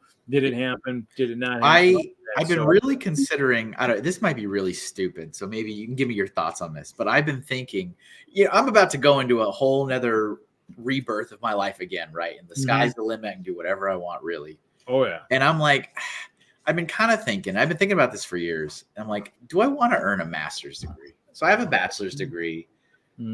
I just last year, after 16 years, fully paid off all my student loan debt. And so I'm like, do I want to start this all over again for a master's degree? And all the data points says that degrees don't even matter anymore, right? It's not going to do anything. It's not going to move the needle. I'm not going to make more at some job somewhere. Like, yeah, there's the experience of educating yourself and learning new things. And there's the self-pride and the self level of accomplishment. But like, is there a long-term tangible benefit to me or to actually do it? Like, I would probably if I did this, I would probably pursue a master's in either marketing or business is what I would. Well, yeah, something that you're going to be able to truly use. Yeah. But is it even worth it? Is it even worth it? I mean, that or if nothing else, if it just gives you like that, or even look at like maybe a bachelor's in whatever. No, I don't. I'm good. What you got? This chocolate chip cookie? Is that for me? Yeah. Yeah, nice. What's up, Mama Castle? Chocolate chip cookie dough. You can mail me some. Kevin wants some out in Connecticut. We'll mail it to you. Okay. You got to do the overnight supersonic dry ice shipment. Yeah. Well, if I'm doing that, I'm shipping you some of that really good, Jesus. Yep, that good stuff that you like so much. I don't have the really good stuff, but I got that's dangerous. That stuff. You mail me that stuff. I use the box cutter. I open up the box. I open up that box, and I'm like, oh, here it is. He did it again. And I pull out that bag, and I'm looking at it, and then I blink, and the bag I'm holding while I'm kneeling on the ground with the open cardboard, it's empty. And I'm like, how is this bag of popcorn empty? I just opened this. I haven't even stood up. It just disintegrates. Master's degree patron program for the university. I do have Patreon. Maybe that's how I fund it. Yeah. I mean, to me, it's one of those things where, I never got my bachelor's, you want me to show off some art? Sure. What would that have helped me with, like when I was at Lego? I don't know. I still don't even know what the heck happened when it happened. It was kind of like, and that's kind of that, and that will be with me until the day I die. Oh yeah, here we go. And this is just some sketches I was doing. These are not doodles. But let me show you some fun stuff. All right, let me show you the Spawn thing that did not win. The Spawn piece that did not win the contest. So this is my official entry to the Spawnuary 2024 cover contest. I was really proud of this. There's a lot of anatomy. I had to go into this. And they provided the template. So McFarlane Toys, you could download the template. This is the size they wanted it in. It could be digital. It could be traditional. You can do whatever you want. So that's my Spawn. And this did not win. Did not win the contest. But that's okay. It looks good. Thank you. I was a big fan of Spawn comics when I was a kid. It looks like true art. It doesn't look like anything else. It's not drawn by a robot. Yeah, it's not drawn by a robot. It's got your logo down there at the bottom. Yeah. I want to see somebody use AI and then end up with something like yours, but somehow end up with your logo somewhere in that image somehow. Yeah.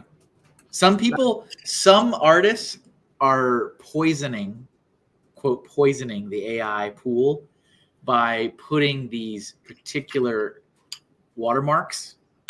And then when the AI system is grabbing them, it's implementing these watermarks into the stuff it spits out so you can tell it was stolen. It's really interesting. I haven't done that to any of my pieces, but there are a lot of artists that are doing it. All right, let's see. What else can I show you guys that is cool? That's interesting.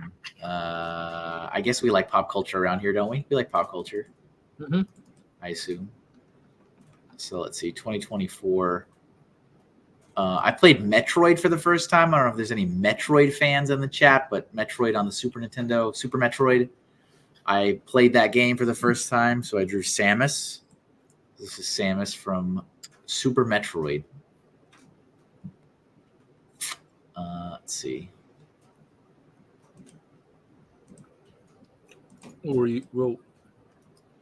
Any Zelda? Oh, lots of it. Yeah. Zelda, absolutely. So speaking of Zelda, I am in the middle of redrawing every single enemy from A Link to the Past on Super Nintendo. There's like 130, and I'm drawing all of them. So here's an example. It's one of the Blue Knights. That's my redraw of it. It looks like there's map in the background too. Yeah. So I took screenshots of the game where you'd find the enemy, and then I just blurred it out and tossed it in the back. So the back is a screenshot from the game, and then the character is redrawn in my style. Here's a Poe, which is the ghost. The cemetery there. So that's my take.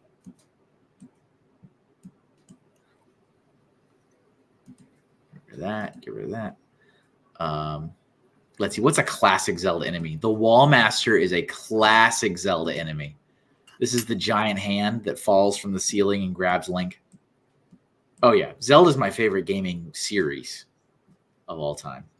My favorite game is Earthbound, but my favorite gaming series is The Legend of Zelda. So, yeah, this is the Wallmaster. He falls down, grabs you, teleports you back to the beginning of the dungeon. That's a classic Zelda enemy. There's actually a Chain Chomp. So Chain Chomp's a very Mario enemy, but there's a Chain Chomp in this game. So I just did that the other day. So this is the Zelda version of the Chain Chomp. It's a little bit more menacing. But it's an official enemy. It's in the game. I'm doing every single enemy. And Chain Chomp is in A Link to the Past. So that got a redesign. Let's see. I haven't finished. There's still a lot more to do. Here's the first boss. So these are the Armos Knights. Yeah, Link's Awakening had Chain Chomps too. Yeah, even one that you walked around with as a pet. And not even like A Link's Awakening had Kirby in it also. They didn't call it Kirby, but it was a pink creature that just sucked up enemy or you as the player, which was 100% Kirby. So yeah, this is the first boss in A Link to the Past. This is the Armos Knights. There's like 6 of them that you fight. I just did it once and copied and pasted. It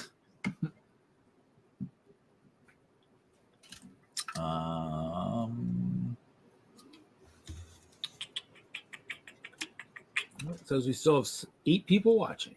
8 whole people? What do you guys want to talk about? How long? When are you going to end? You going to end in 20 minutes at 10? I might end then, just for the heck of it, go over the 2 hours. I mean, to me, it's, since I've been doing D&D, I don't really do. I think I've done a couple super long ones, but those are if I've got lots of people. If I got Ralph and Chop and we're all talking like collab for Chicago, yeah, then they might go 3-4 hours. But AI. Let's all talk about AI. Well, let's see. We got some I'd say that's Pokemon fans? I mean, considering we've got Kevin Hinkle here, we really don't talk about Lego. We probably can't talk about AI either. So there's probably 2 forbidden subjects. Look at this. So this is you can buy blank comics. Well, the comic isn't blank. The cover's blank. They're sketch covers. So the point, it's actually really cool. I'm a huge supporter of this. I think it's a great idea.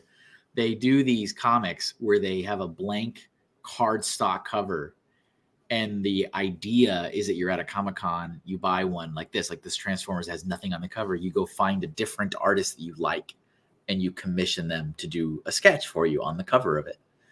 So it's a really unique, cool thing. So this person is in Tennessee, and he bought a blank Transformers cover, and he mailed it to me. And then he commissioned me to draw Soundwave, which is from the cartoon, 80s cartoon version. And I did that, and then I mailed it back to him. And he already got it, and he already framed it. So this is, and he wanted it, like we both agreed that we liked the painterly look of this. You see, like there's no hard lines on it. I didn't put usually there's one more layer where you put the black ink on it, and I didn't do that on this. So it's more painterly. So that was fun. Yeah, I mean, Zizu, that's a really good topic, but yeah, they're just going to melt. I think what they'll do is they'll just end up learning how to change their fur color and just head a little bit farther south, I guess. Change their fur. All right, let's see what else we got. Or they'll shave it. They'll look like those really weird dogs that get those really bad haircuts.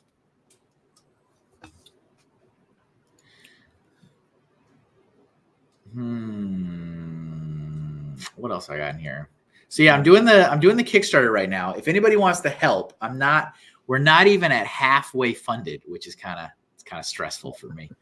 But the campaign goes through the end of March. Yeah. And Helena wants you to talk about Lego. You can't disappoint Helena. Is that a real name? I don't know who it is. Are you real? Helena Zalowski, are you real? Or is that an alias? Is that an alias? I mean, to me, to me, just like my friend John, who had walked away from the hobby and has not returned, we didn't talk about Lego or very little about Lego. That's the kind of thing. If I bring the legendary Kevin Hinkle in here, my goal is to talk very little about Lego. I showed him my mock for Chicago. That's about it. He's an artist and he'll draw cool stuff, but there's a certain thing, when you bring in legendary figures, you gotta cater to the legendary figure. And so I'm catering to Kevin by not indulging in Lego. Because for those people who don't realize, that's how you keep your friendships. The friendship with Kevin has lasted, and most of you may not realize Kevin is probably 20 years younger than I am. But when I first met him at the Lego store, he seemed like he was 20 years older than he really is. So I'm actually in the process of aging backwards. That's what I've been trying to do, playing with Lego. That's why I was joking. My bowling guy saying, God, we're all just struggling. And we're all getting old. That's why I play with a hobby that actually I'm hoping it's reversing the aging process. So, you guys might need to play with more Lego and maybe that'll happen, or play with toys, play with something that's going to reverse that aging process. Because he said, yeah, the guy was like, yeah, we're falling apart. He says, yeah, well, it's called the aging process. But yeah, so to me, it's one of those things where, and I don't get to, usually when I join Kevin on his doodle streams, I'm driving my truck. So it's all about listening and it's not about, is it entertaining? Well, yeah, you got music in the background and you're drawing. And I can hear what's going on, and that's why I'll just kind of do a little bit. Now, granted, you don't have to hurt my feelings. You don't have to lie. There might have been one day where there was something going on, or actually, no, it was starting. You actually hadn't started yet. And I was like, I literally drove for like 10, 15 minutes. And I was like, I'm back to the shop. Okay, well, okay, maybe I'll see if I turn it back on a little bit later. That was the one where I think I did all my tips and stuff early on, and then by the time I think I got to the shop, you maybe had just gone live, and I had to kind of turn it off to go. Oh, so like the starting student screen was super long. Yeah, there's a few of them. Yeah, that doesn't happen often, but it's happened a couple times. Yeah, to me, we, for this, my video for startup, I think is about 1.5 minutes. My endings vary. And actually I need to make some new ones. But yeah, those are fun. It's one of those things where making all those videos has kind of taught me. When I was listening to some of the ones Jesse was making, it seemed like some of his startup videos, like for me, blew my speakers right out. I'm like, whoa. Because that was kind of like when I first did a few of them, people were like, whoa, Reed, can you can you just, turn it down a little bit? And so because I don't change my volume. My volume never changes on this computer, hardly ever. It doesn't change anything on Friday nights. And so when his videos would start or his break things, it was like, wow, it's like, you can hear it upstairs when I ran upstairs. Go down. When did Hinkle transition from traditional media to digital? He does both. I think digital, I mean, as far back as college. Because I did very, very little digital art even in high school, because it really hadn't really started yet. Right. So it was all paper, pen and paper. And then I remember like junior, senior year of high school is when we started having like art classes in the computer lab where you could do like flash animation and stuff. I kind of remember.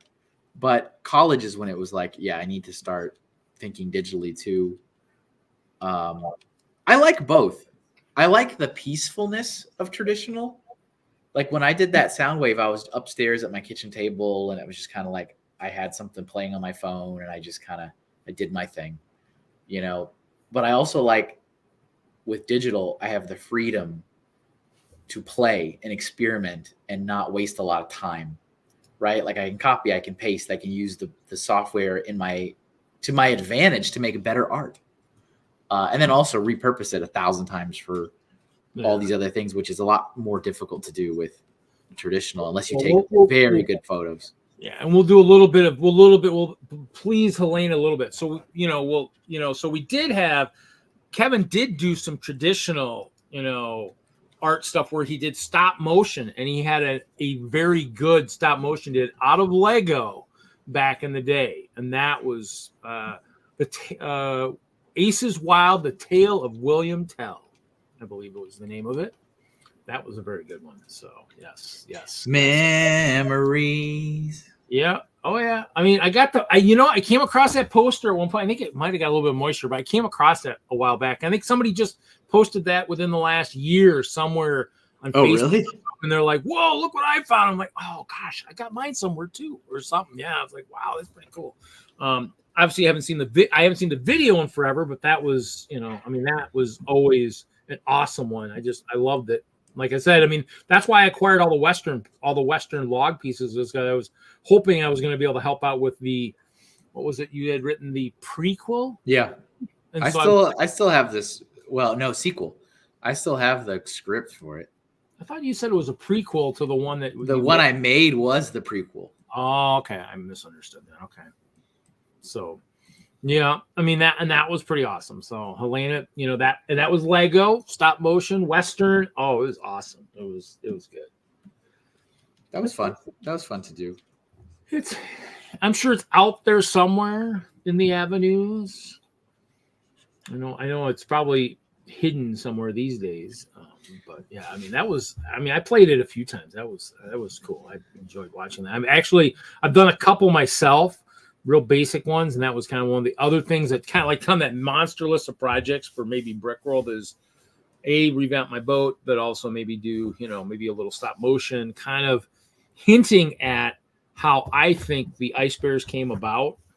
And it was kind of like, oh yeah, I could do that, Origin story, kind of, yeah, how an Ice Bear, maybe was created, type kind of thing, not in the beginning, yeah. How did the race of Ice Bears actually happen? And it'd be like, oh, it was an accident. Oh, okay, cool, that was interesting. It's kind of like something I was thinking about one day. Just I think I have it written down somewhere. I have all kinds of ideas written down, all kinds of stuff that just for and that's the thing. Just like we always joke about my Lego purchasing. It's like just like you buy fast, you can build.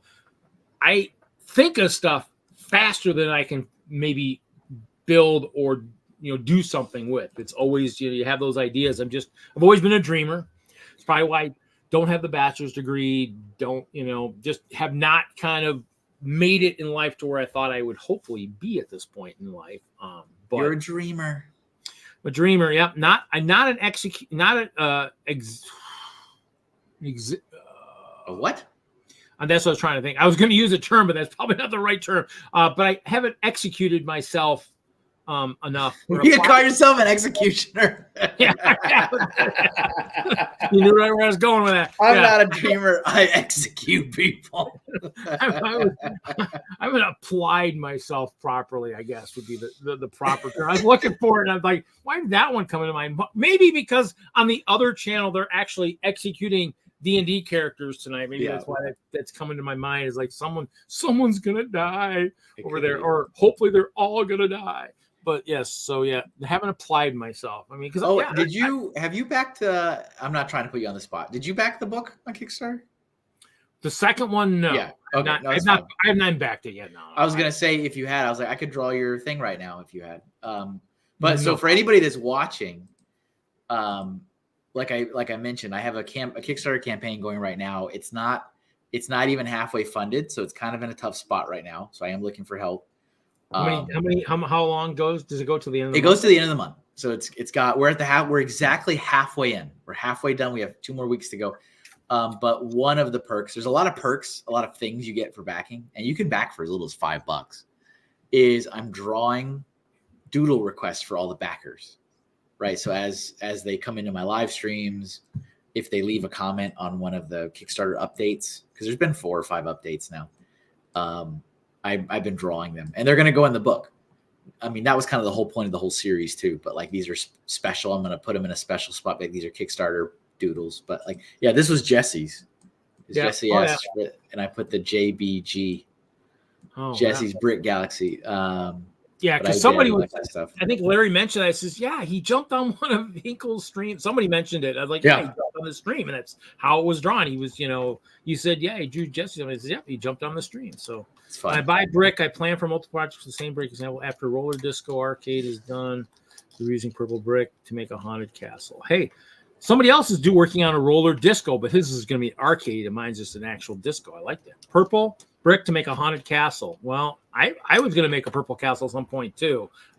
Actually, the purple castle element so far that I've built is actually, it's purple and pink. Whoa, I just dropped something. Oh, must have fell out of here. But it's actually, what is all that stuff?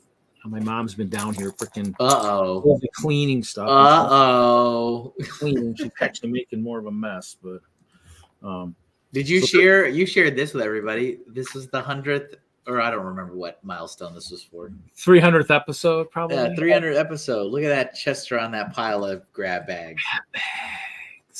Look at it. So I have like yep. So I basically have a. I'm just gonna steal the screen for a second. I actually built like I was building a trans purple and pink castle, kind of in the shape of maybe a badger head kind of type thing. So the kingdom of the badger head. Yep. So yep. The grab bag pile looks pretty good. That's probably about how many I probably got about twice that amount in the days of when I bought them. But back when they were the big thing back in the day. Back when we discussed it on stream and Ralph's like, yeah, but I was limited. Yeah. Saltiness. Yep, that's what I was gonna say. I mean, that's if I ever did like a Twitch, I'd almost have to have that. I'd almost have to have the like something like that, and then have it like, oh, here we go. Here's the saltiness of the person, complaining about grab bags. Need lots of chest hair for a roller disco. These are some meme faces I was redrawing. These are funny. Classic internet. And that I haven't really used. That hasn't been anywhere. That actually could technically be used at a show. It did have a door in the front, but it was kind of something I built. Just kind of actually, it's got a mold.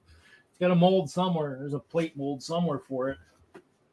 Because everything you build in plates has to have a mold because they just don't align very good. I was actually taking apart something I could take to Milwaukee. I was taking apart one of my clear things. So nice. Looks like an alien from that size of the image right there. Everyone's just staring at the screen. Stonks are up, guys. Stonks are up. I was gonna say steering. That's what we do a lot. Time we're trying to figure out what someone's building. If they're not, if we can't make them big enough on the screen, we're still trying to figure out what they're building, what they're working. Stonks are up. So that's the secret. We need to have Zelda Lego sets, and it might pull Inkle out of his self-imposed dark age. Because like I said, Zelda's my favorite gaming franchise. I mean, not even the Mario stuff, but see, then again, there's like not even any Mario figures. I'm like, Yeah, they just have this. Yeah, that was the thing. They just did the. Out of all the stuff that Mario, and I've seen, like Mario is the only thing that I've actually, because I follow Nintendo on everything. Yeah. So, but the Bowser sculpture looks cool. It's not cool enough that I would buy it, but it looks cool. The Bowser sculpture looks cool. The NES is cool, but I have an NES. I don't need a sculptural NES. Right. Well, but none of the play sets are like interesting. Even my 10-year-old, when we got him the Mario and the Luigi, because he wanted them, he played with them for like 15 minutes and he was done. Didn't touch him again. So and somebody was talking about it, building some custom levels at one point. It might have been even Jesse at one point for that. And I watch, when Jessica talks about the ones that Imagine has designed and stuff. So, I kind of follow that a little bit, but since I never really bought the beginning stuff, I probably would maybe think about buying it just, because knowing Imagine stuff, but it's just, I still don't pull the trigger on it, even though it'd be cool to do. It's just so. Well, you can't have everything. That's poor money. True. Yeah. There's a lot of stuff even right now that I'm still behind the times. I wanted to buy that huge Elsa castle and just never did. Never pulled the trigger. I wanted to, because obviously having an Elsa castle next to the Ice Bear castle would keep her from complaining all the time about not having a big enough ice castle and having the Ice Bears have a bigger one. So, hey, it'd be, you gotta please everybody, all the kids. And Anna and Elsa are in the disco. They are roller skating, so they are in the roller disco. Which we got some. We got any Star Trek fans? Here's some Lieutenant Commander Data of the Enterprise D Next Generation. There. Trek Wars. Let's see. Yeah, Trek Wars, guys. I did Counselor Troy, kind of recently, just for fun, which was this drawing. Yeah. I think that one came out pretty nice. It's not like super clean. Like the lines aren't super clean, but it came out pretty good. The shine in the eyes and stuff. Yeah. Yeah. Oh, yeah. So there's Counselor Troy, some Data action.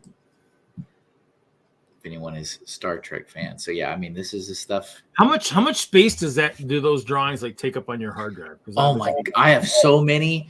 I have so many pieces of art and files on this machine that like I have to use the search function because there's so many. Can I get a search engine for my phone? I got like 21,000 pictures on my phone. Yeah, it's ridiculous. Like I've got so many. If you take just the doodle stream, just the doodle stream by itself is over 2,000 drawings.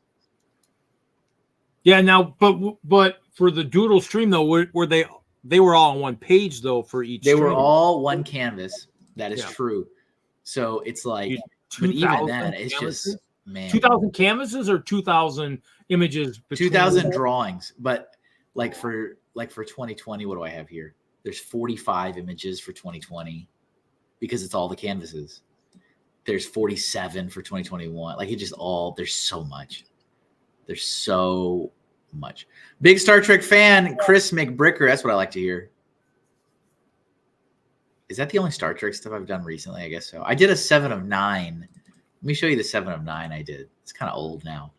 So I did 7 of 9 from Voyager. This is from 2019 on the left. This is a 2019 drawing. Very stylized, cartoony, which is what I like. And I was like, let me try to go a little bit more realistic. So I tried to do the same pose. This was 2022, I think, when I did this. Mm-hmm. I didn't date it.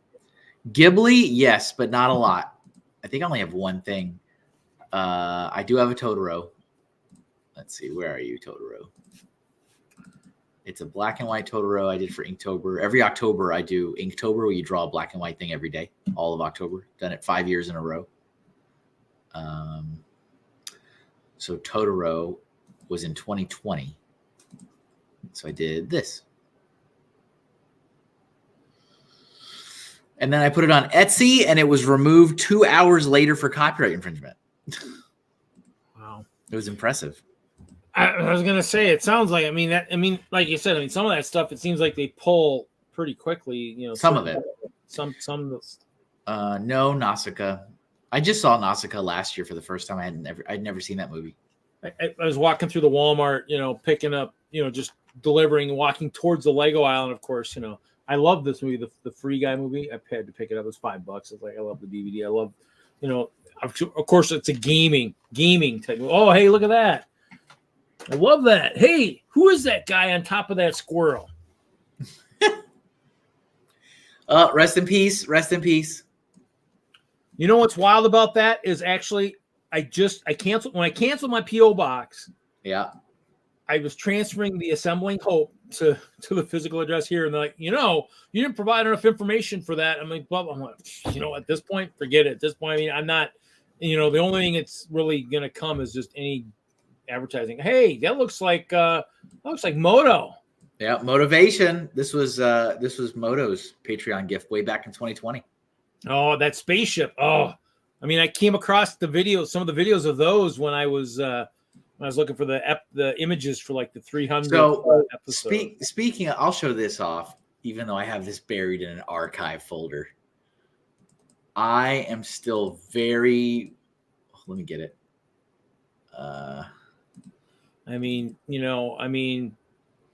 He's built some really awesome stuff. I'll tell you. His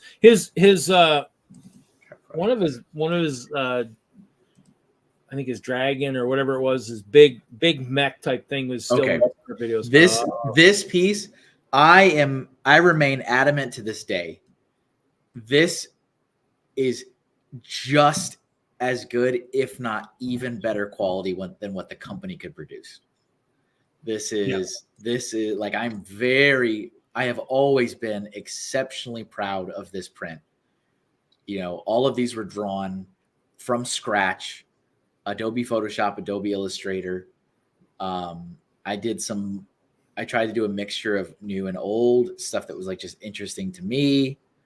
I tried to blend stuff. Like this was the old Johnny Thunder body, but the new face. Chima. Same thing here. It's like the new, but I thought this, and I did like a rainbow, this is literally like the rainbow color palette. I was like, this is something that could legit be an official poster you buy in Target from the Lego brand. I've always been very proud of this. Yeah, I almost need that to put on the back of like a T-shirt. I sold what I had left to Brixolotl. This was years and years and years ago, but they bought my remaining supply of this print, which wasn't a lot, but it was like, I don't know, 30 of them or whatever. I might have that one. I might have bought that one myself too at some point. Maybe one of the smaller ones or whatever.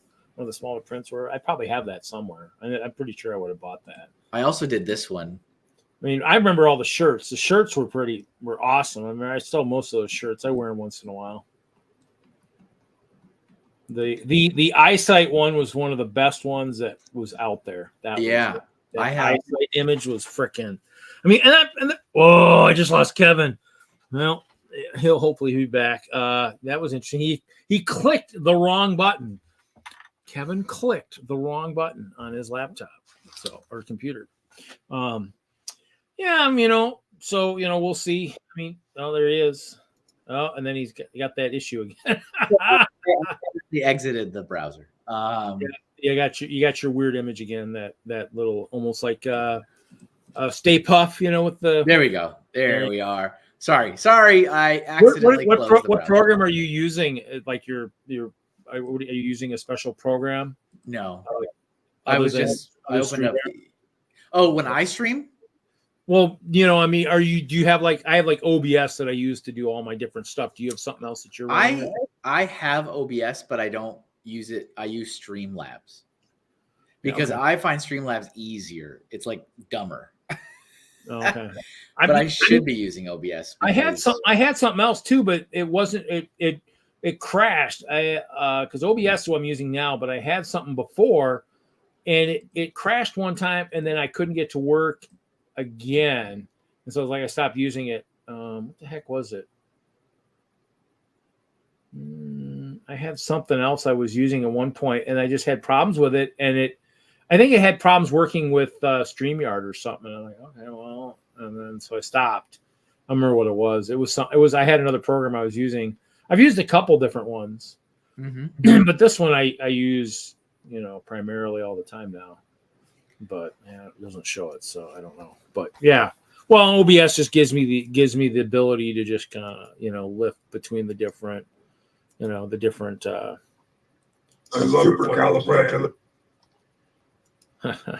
Oh yeah, we were talking about Zelda stuff. Look at this. Look at this. Uh-oh, you're gonna have to share again. Oh yes, right. Present, share screen, yes, window, Photoshop. Look at this bad boy. Ooh, it's long. So this was a commission. This was a commissioned piece for Eclipse Graphics, which was never printed, and there was quite a few of those. There is dozens and dozens of full-fledged minifigure designs that I was paid to do, and I did and provided, and they were never printed. Never printed because of maybe licensing issues, or just that never stopped him. I don't know why. Honestly, time, priorities. I was going to say, with all the medieval stuff out right now, I mean, I'm surprised maybe that doesn't maybe get a chance to maybe happen. If you were paid for it, I mean, I got paid for it, so I was done with it. I moved on. You should just be like, hey. And then we got a Breath of the Wild version. I mean, yeah, the files were done, sitting in his inbox. And I mean, the full files, like when I do these, it's like I would have to design the front of the torso, the back, both the sides, the arm printing, the face printing. So it's all. I might need that template since you don't do that anymore. I might have to play a little bit, in case. Do you have Illustrator? No, but I'd probably if I had some of those templates. It doesn't necessarily have to be Illustrator, but it needs to be a vector-based art program. Vector-based, because I was looking at some of the ones that just even the ones that they that they sell that you could buy. That's not something that's like monthly type kind of no subscriptions. Yeah, just for me, because it's to me. I mean, you see me. I mean, I go from one thing to the next. Minecraft, Lego Fortnite, building Lego, D&D. I mean, I'm pulled in 20 different directions. So it's like, to have a monthly subscription stuff. I mean, I do now. The Patreon stuff was the one thing that I've been paying those, and I don't even think twice. It's going to good causes. I use both of. I listen to you, and then of course use his stuff. So I don't think twice about it. So it's there. So there you go. Pokemon trainer.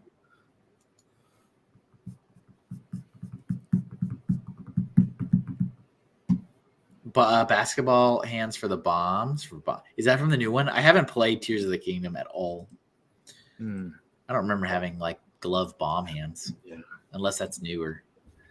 Let's see what else we got in here. What is some other Lego stuff? I keep this. I don't look at this stuff very often. It's all. No, I was gonna say probably not. I mean, but it's all archived away. But I'm still proud of a lot of it. Oh, it was awesome. Well, the T-shirt stuff was pretty cool. Oh, that would be. That I almost need that image just to print a shirt for freaking 2020. Larry, just throw that, a shirt for Larry. Larry, look, I got you a gift. This one was fun. Let's see. Perfect for Larry. It's got Larry written all over it. Too bad he's over there watching the Dungeons and Dragons. I wonder if he's still watching here, because he'd be all over that. That just screams Larry. What else we got in here that people would find interesting? Dude Jude, are you still here? Is Dude Jude still present? He is always present. I'm sure he's there. He has not said goodnight, so he is here somewhere. So he is here. He's listening. He's lurking. He's Dude Jude should be here. Oh, look at that. That's the Dude Jude Sig Fig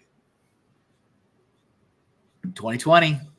There he is. See, he's there. He's always here. He's been. I think he's been to every episode as far as I know.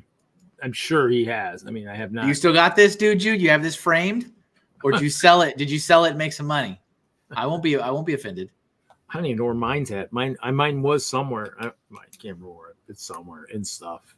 I like doing these Patreon gift. Like that's it. I appreciate the financial support, but like I like giving patrons these gift illustrations because they get really excited. You know, so I have another patron, and I'm gonna show you these. I was gonna say. I mean, think of how many logos you did for like all the streamers and stuff. Yeah. When you were still doing that stuff, when you were still in the Lego, because I mean, just so everybody knows, the Friday Night Bricks logo it's a Hinkle design. Yeah. So she likes 80s cartoons. He's got it somewhere. It's stashed away somewhere, and so she wanted like motivational posters, but with 80s cartoons because she works in a school. And so she wanted to print them out and put them up at work. And so she gets the gift illustration every 3 months, and she's been using it. She's very on top of it. Every 3 months, she's like, I'm ready for the next one. And that's part of the deal. Like, yep. There's a lot of patrons that don't use it.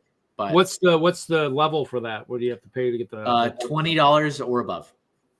And you get a drawing every 3 months. So we did Sleep with Garfield, and they got printed out, poster size, put up on the wall. It sounds like a cat sleeping all the time. Yeah. We got Eat with Michelangelo, Teenage Mutant Ninja Turtles.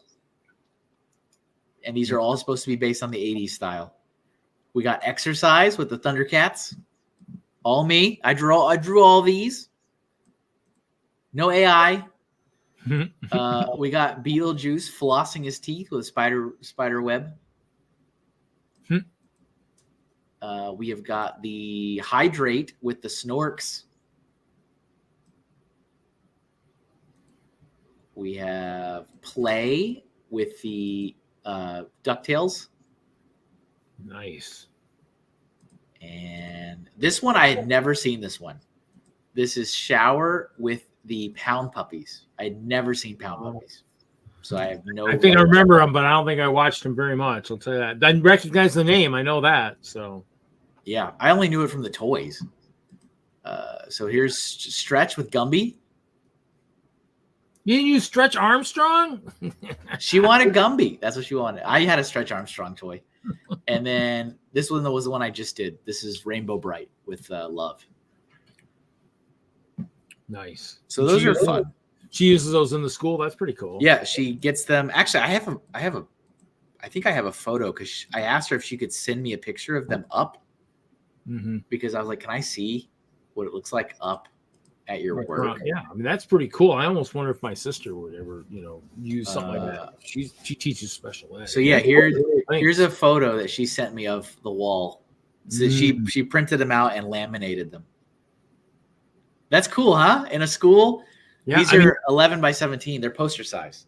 I was almost thinking that they'd almost be like in the areas, like in the play area, like near the Hydrate, near the fountain. Maybe the sleep over, like where maybe the if they have the like nap area. Nap area, yep. Exercise if you're near like the mats and eating, like maybe the table. That actually would be pretty freaking awesome. So, yeah. And then Ken's he comes around these parts every now and then. Yeah, I haven't seen him in a while, but he's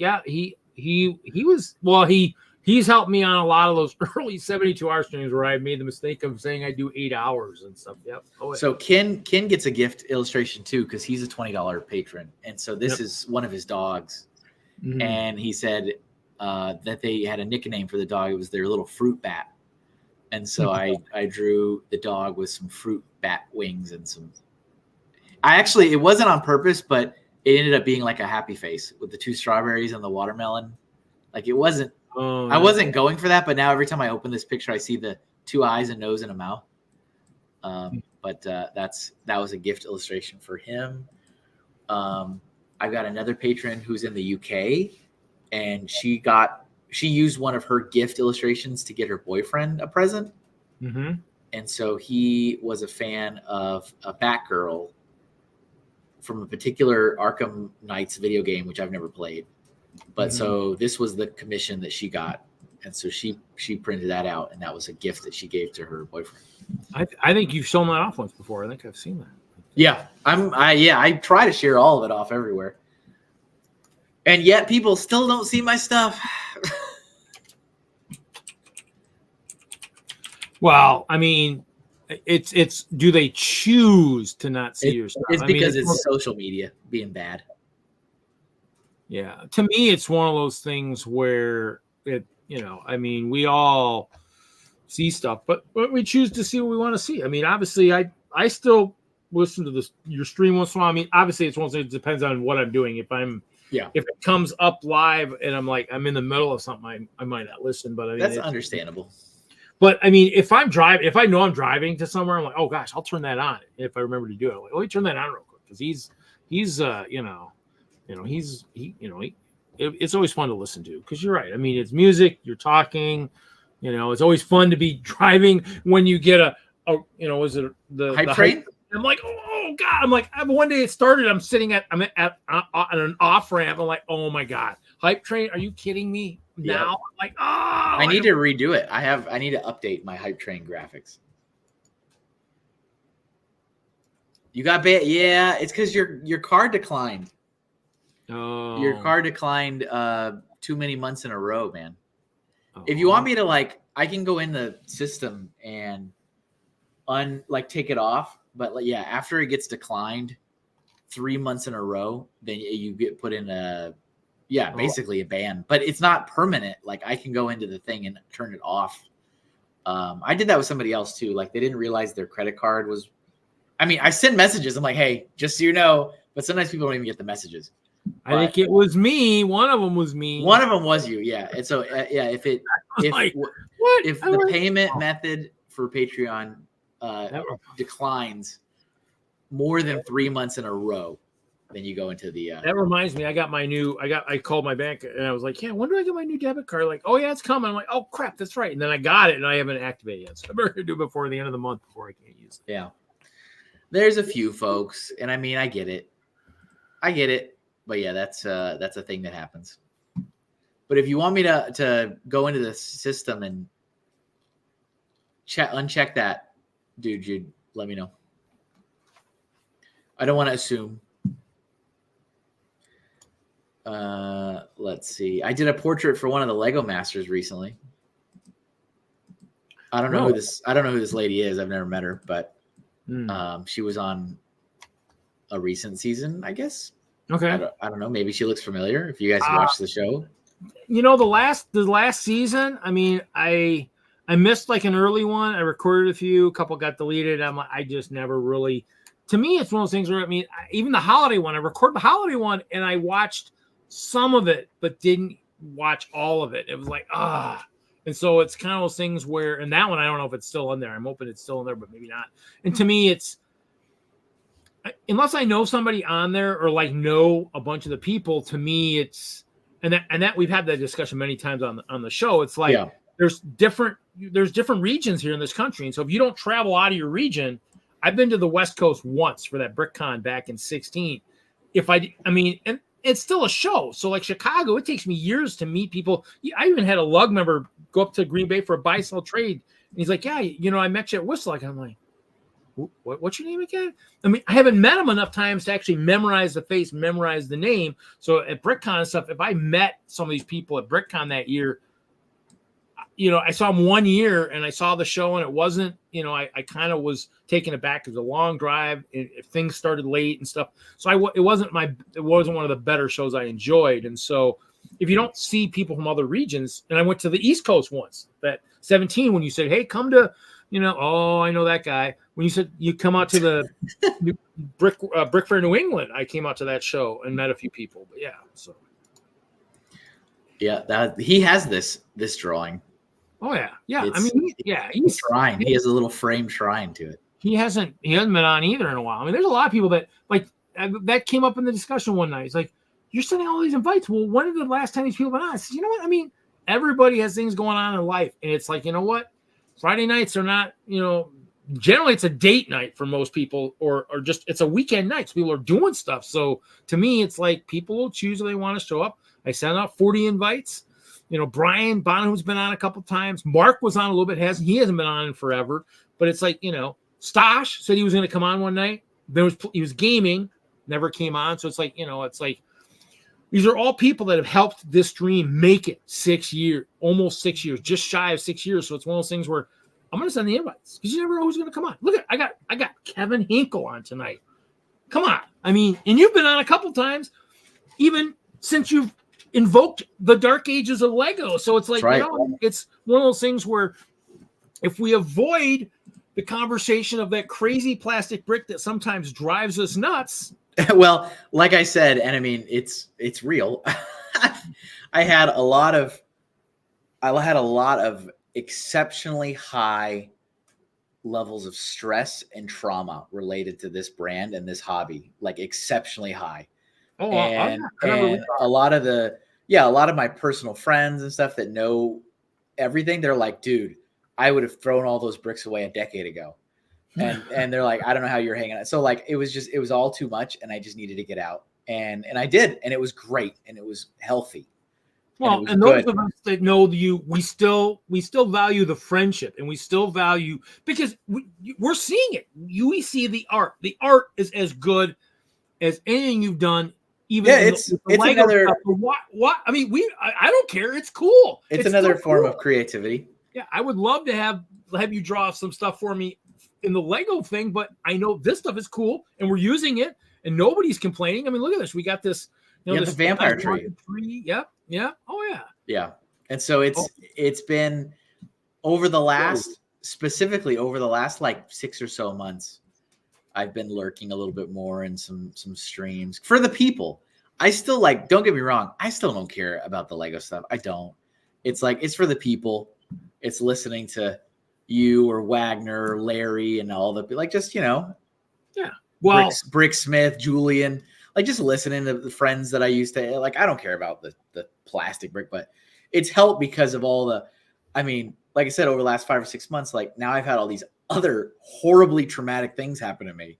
And so it's like my brain is like, well, we can ease back into this first one because now we have other trauma to deal with. It's like, I can't handle more than one at the same time. Well, and that's why you come and you join in the conversation with us, because no matter what you do, we are here. We support you. We enjoy the conversation, and we love seeing what you're working on. I mean, it's not in our medium, but it's in another medium that still is actually helping us. Because even though that's not Lego, Jesse's using those in his thumbnails for Lego D&D, and they're cool and they're awesome and they highlight. And actually, I've been using that thumbnail too with all those characters where he took Ralph and me and Larry and put the heads on those characters. That's our thumbnail. When we play up D&D weeks, that thumbnail with all the characters, like all our heads on there. That's I use that one on D&D weeks, and it's not a D&D week. I go back to the old one that Jesse had put together. He compiled all the images together, and so that's, I mean, because I'm not as creative as that. Yeah. Oh yeah. And this was fun. This was a fun little project to do. I do all kinds of creative stuff. It's just not plastic brick related. Yeah, let's see here. Actually, we'll do this one here. Actually, we'll just do this. Yeah. So here we'll do this real quick. So how many people are watching? I don't have any numbers. It said 6, and then it just went to 5, but it said 6. So basically, like here. So did you see what this is what Jesse did? So we use this on our things for D&D weeks, and on the other weeks we just use the other one. So it's one of those things where, to me, it's it's awesome stuff. It's we use it in a medium that it's got your copyright on all of them. I mean, it's not like we blot it out. It's who designed it. If somebody wanted to do it, I'm sure if they typed in KAH on the internet, I'm sure they'd probably it'd probably take them to a link somewhere for hopefully for your stuff. So hopefully yes. Hopefully it won't take them to an AI program. So goodness gracious. So should we end? We can. I mean, it's your show. Hey, I mean, if you're having fun, I mean, to me, it doesn't matter. I got four people listening. Maybe people are starting to die because people are starting to leave. So maybe people are starting to die in the other streams. So maybe they're all heading over there. I don't know. Getting bored. No, who knows? I mean, the people that are here are the guys that are here every week, but with a conflicting stream, which is normally the one where I would be at. It's, because he's doing a couple of these real short episodes where It's tough. He's killing people. I'm waiting for the next campaign to start, or however he's doing it. We're still debating if it's going to be like a couple groups of 3 and then we go every other week, or how he's going to do it. Because I don't think he likes. I think when you have 6 or 7 people, it gets really hard. Yeah. I mean, and then if for me, what I've seen too is it's one of those things where if he's talking and then somebody just throws in one of those, comedy relief type things in there. If you throw it in there when he's trying to discuss something, the rest of us just suddenly didn't hear what he's saying. So in the end, it was 6 or 7 people. It's hard. And StreamYard still has not put the mute all button in, which I think I asked for, many times, saying, hey, can you put a mute all button where he could just go mute all and then everybody's muted, maybe except for whoever, and then he just unmutes himself and then could talk. But yeah, I mean, to me, it's one of those things where that many people, it gets kind of crazy. With 3 or 4, it's more manageable. It's easier to control the party. Mm-hmm. Easier to hold on to all the leashes with only 3 or 4 of us. If you got 6 or 7, I mean, you got characters running different directions, pulling your arms out of your sockets. So that's fair. So so cool. Oh, there's more Star Trek. Yeah, Worf. That's an old one. That's 2019. I drew that. So yeah, oh yeah.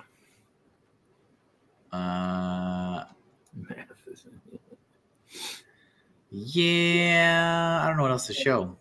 That's fine. I mean, we can end it if you want. We'll go 2:30. We'll go 2.5 minutes. Show off. Okay, that's fine. All right, last rapid fire exclusive opportunity. Ask questions. You'll never get this again. Well, probably not, and for a while, anyways.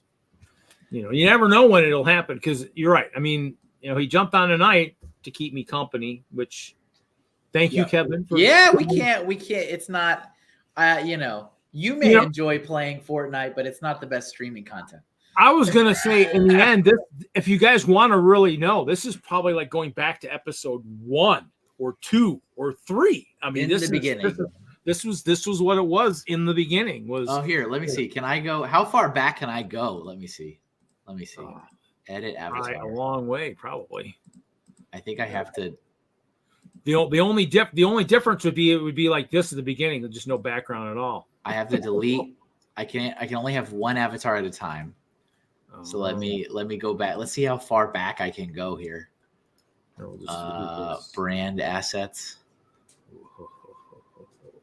Wait, let me go. Archive. Where am I? Portfolio, archive. Oh, geez. Really old. We're going to go really old. We're going to go all the way back to my avatar in 2005. Well, then the image in the back is probably perfect then, because those might have actually existed back then. That was my long ago. Boy, howdy. I've saved all my profile illustrations since I started, and it's funny watching how they like evolved. So Zizu says, how had wondered how people get away with selling art of licensed characters. Guess they do until they don't. Is that kind of it until they get the cease and desist? Fan art is illegal by nature. That's how it is.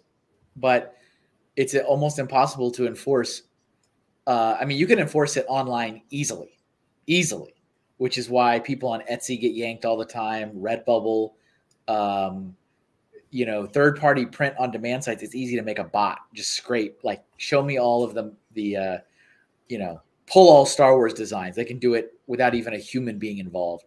But at a Comic-Con, you will see, everybody there is selling Marvel characters, Nickelodeon characters, Nintendo characters, Microsoft characters, because they never in a million years would they send a lawyer in there to walk around table to table shutting people down. It's a horrible PR image and it's not realistic. Also, they don't have the money and the resources to have an army of lawyers go from the 50,000 shows across the United States every year.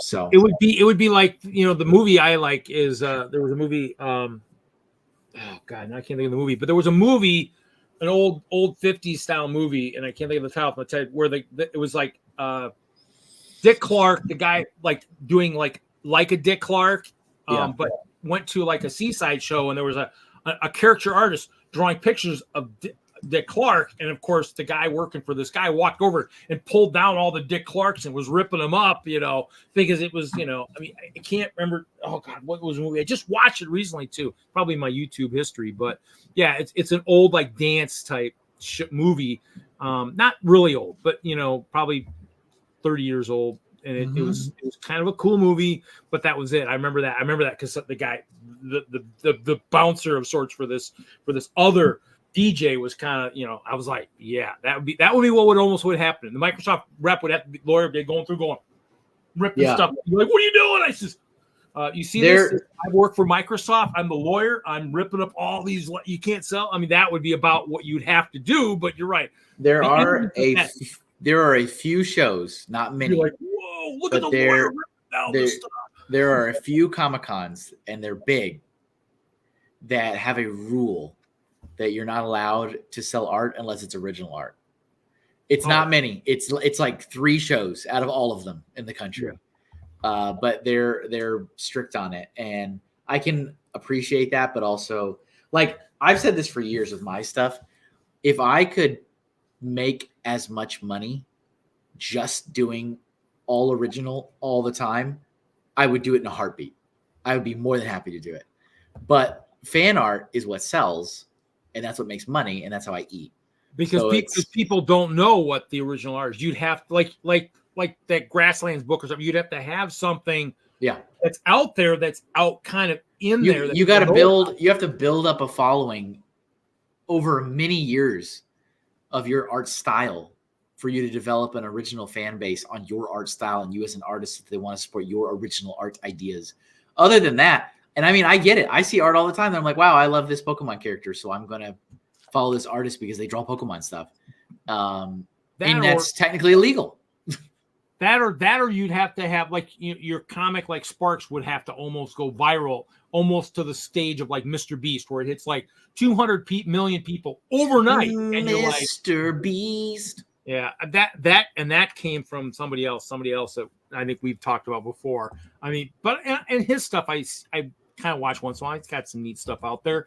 But yeah, it's one of those things where that's kind of the thing, is you'd have to have something that goes viral overnight to get your, like you said, your personal custom art to be suddenly top of the line, just wanted by everybody. But like you said, it would have to. Wow, look at that. Look at that guy. Now I jumped ahead a lot. Now we're gonna say circa. Where are we at on this one? 20. It's got to be like I'm guessing 2012, 2013. I was gonna say 2015, so I'm gonna go in the middle and say 2014 is probably right. 2014 Avatar. Because I mean, that would be kind of based closer to probably the Sig Fig you had, so it's probably right in that realm. Yeah. I don't know which one had the green shirt though, but none. It was just my image. It was just no. But then one of your Sig Figs did have a green torso. Did it? I thought they did. Or was it green legs? Green legs. White top, green legs. Okay. Yeah. Green legs. Okay. Maybe you needed to have all green. You could have been Safari Kevin. That's true. All right, and then we gotta go back. I can only do one at a time because I don't have StreamYards anymore. All right, now we're gonna jump. Now it's time for a big jump. Ooh, I'm hoping for like maybe 2017, maybe. You said big. Man. So big. Now I like the gray suit one. Did you ever? Now a drastic change happened. Oh, that was probably 2018 then. Right? Yeah. 2018. That's when the whole Lego persona dropped entirely, and the brand became orange. It was no longer green. It was all about the orange. Wow, that would look really good on it. That would be a good sticker on an orange. I think people would buy those oranges a lot more, wouldn't they? with a sticker of Kevin Hinkle on that orange showing that it's fresh. That's right. Stylish. Stylish orange. All right. And then let's go a little bit more. This is a little bit more modern. This is not too long ago. Only about a year ago.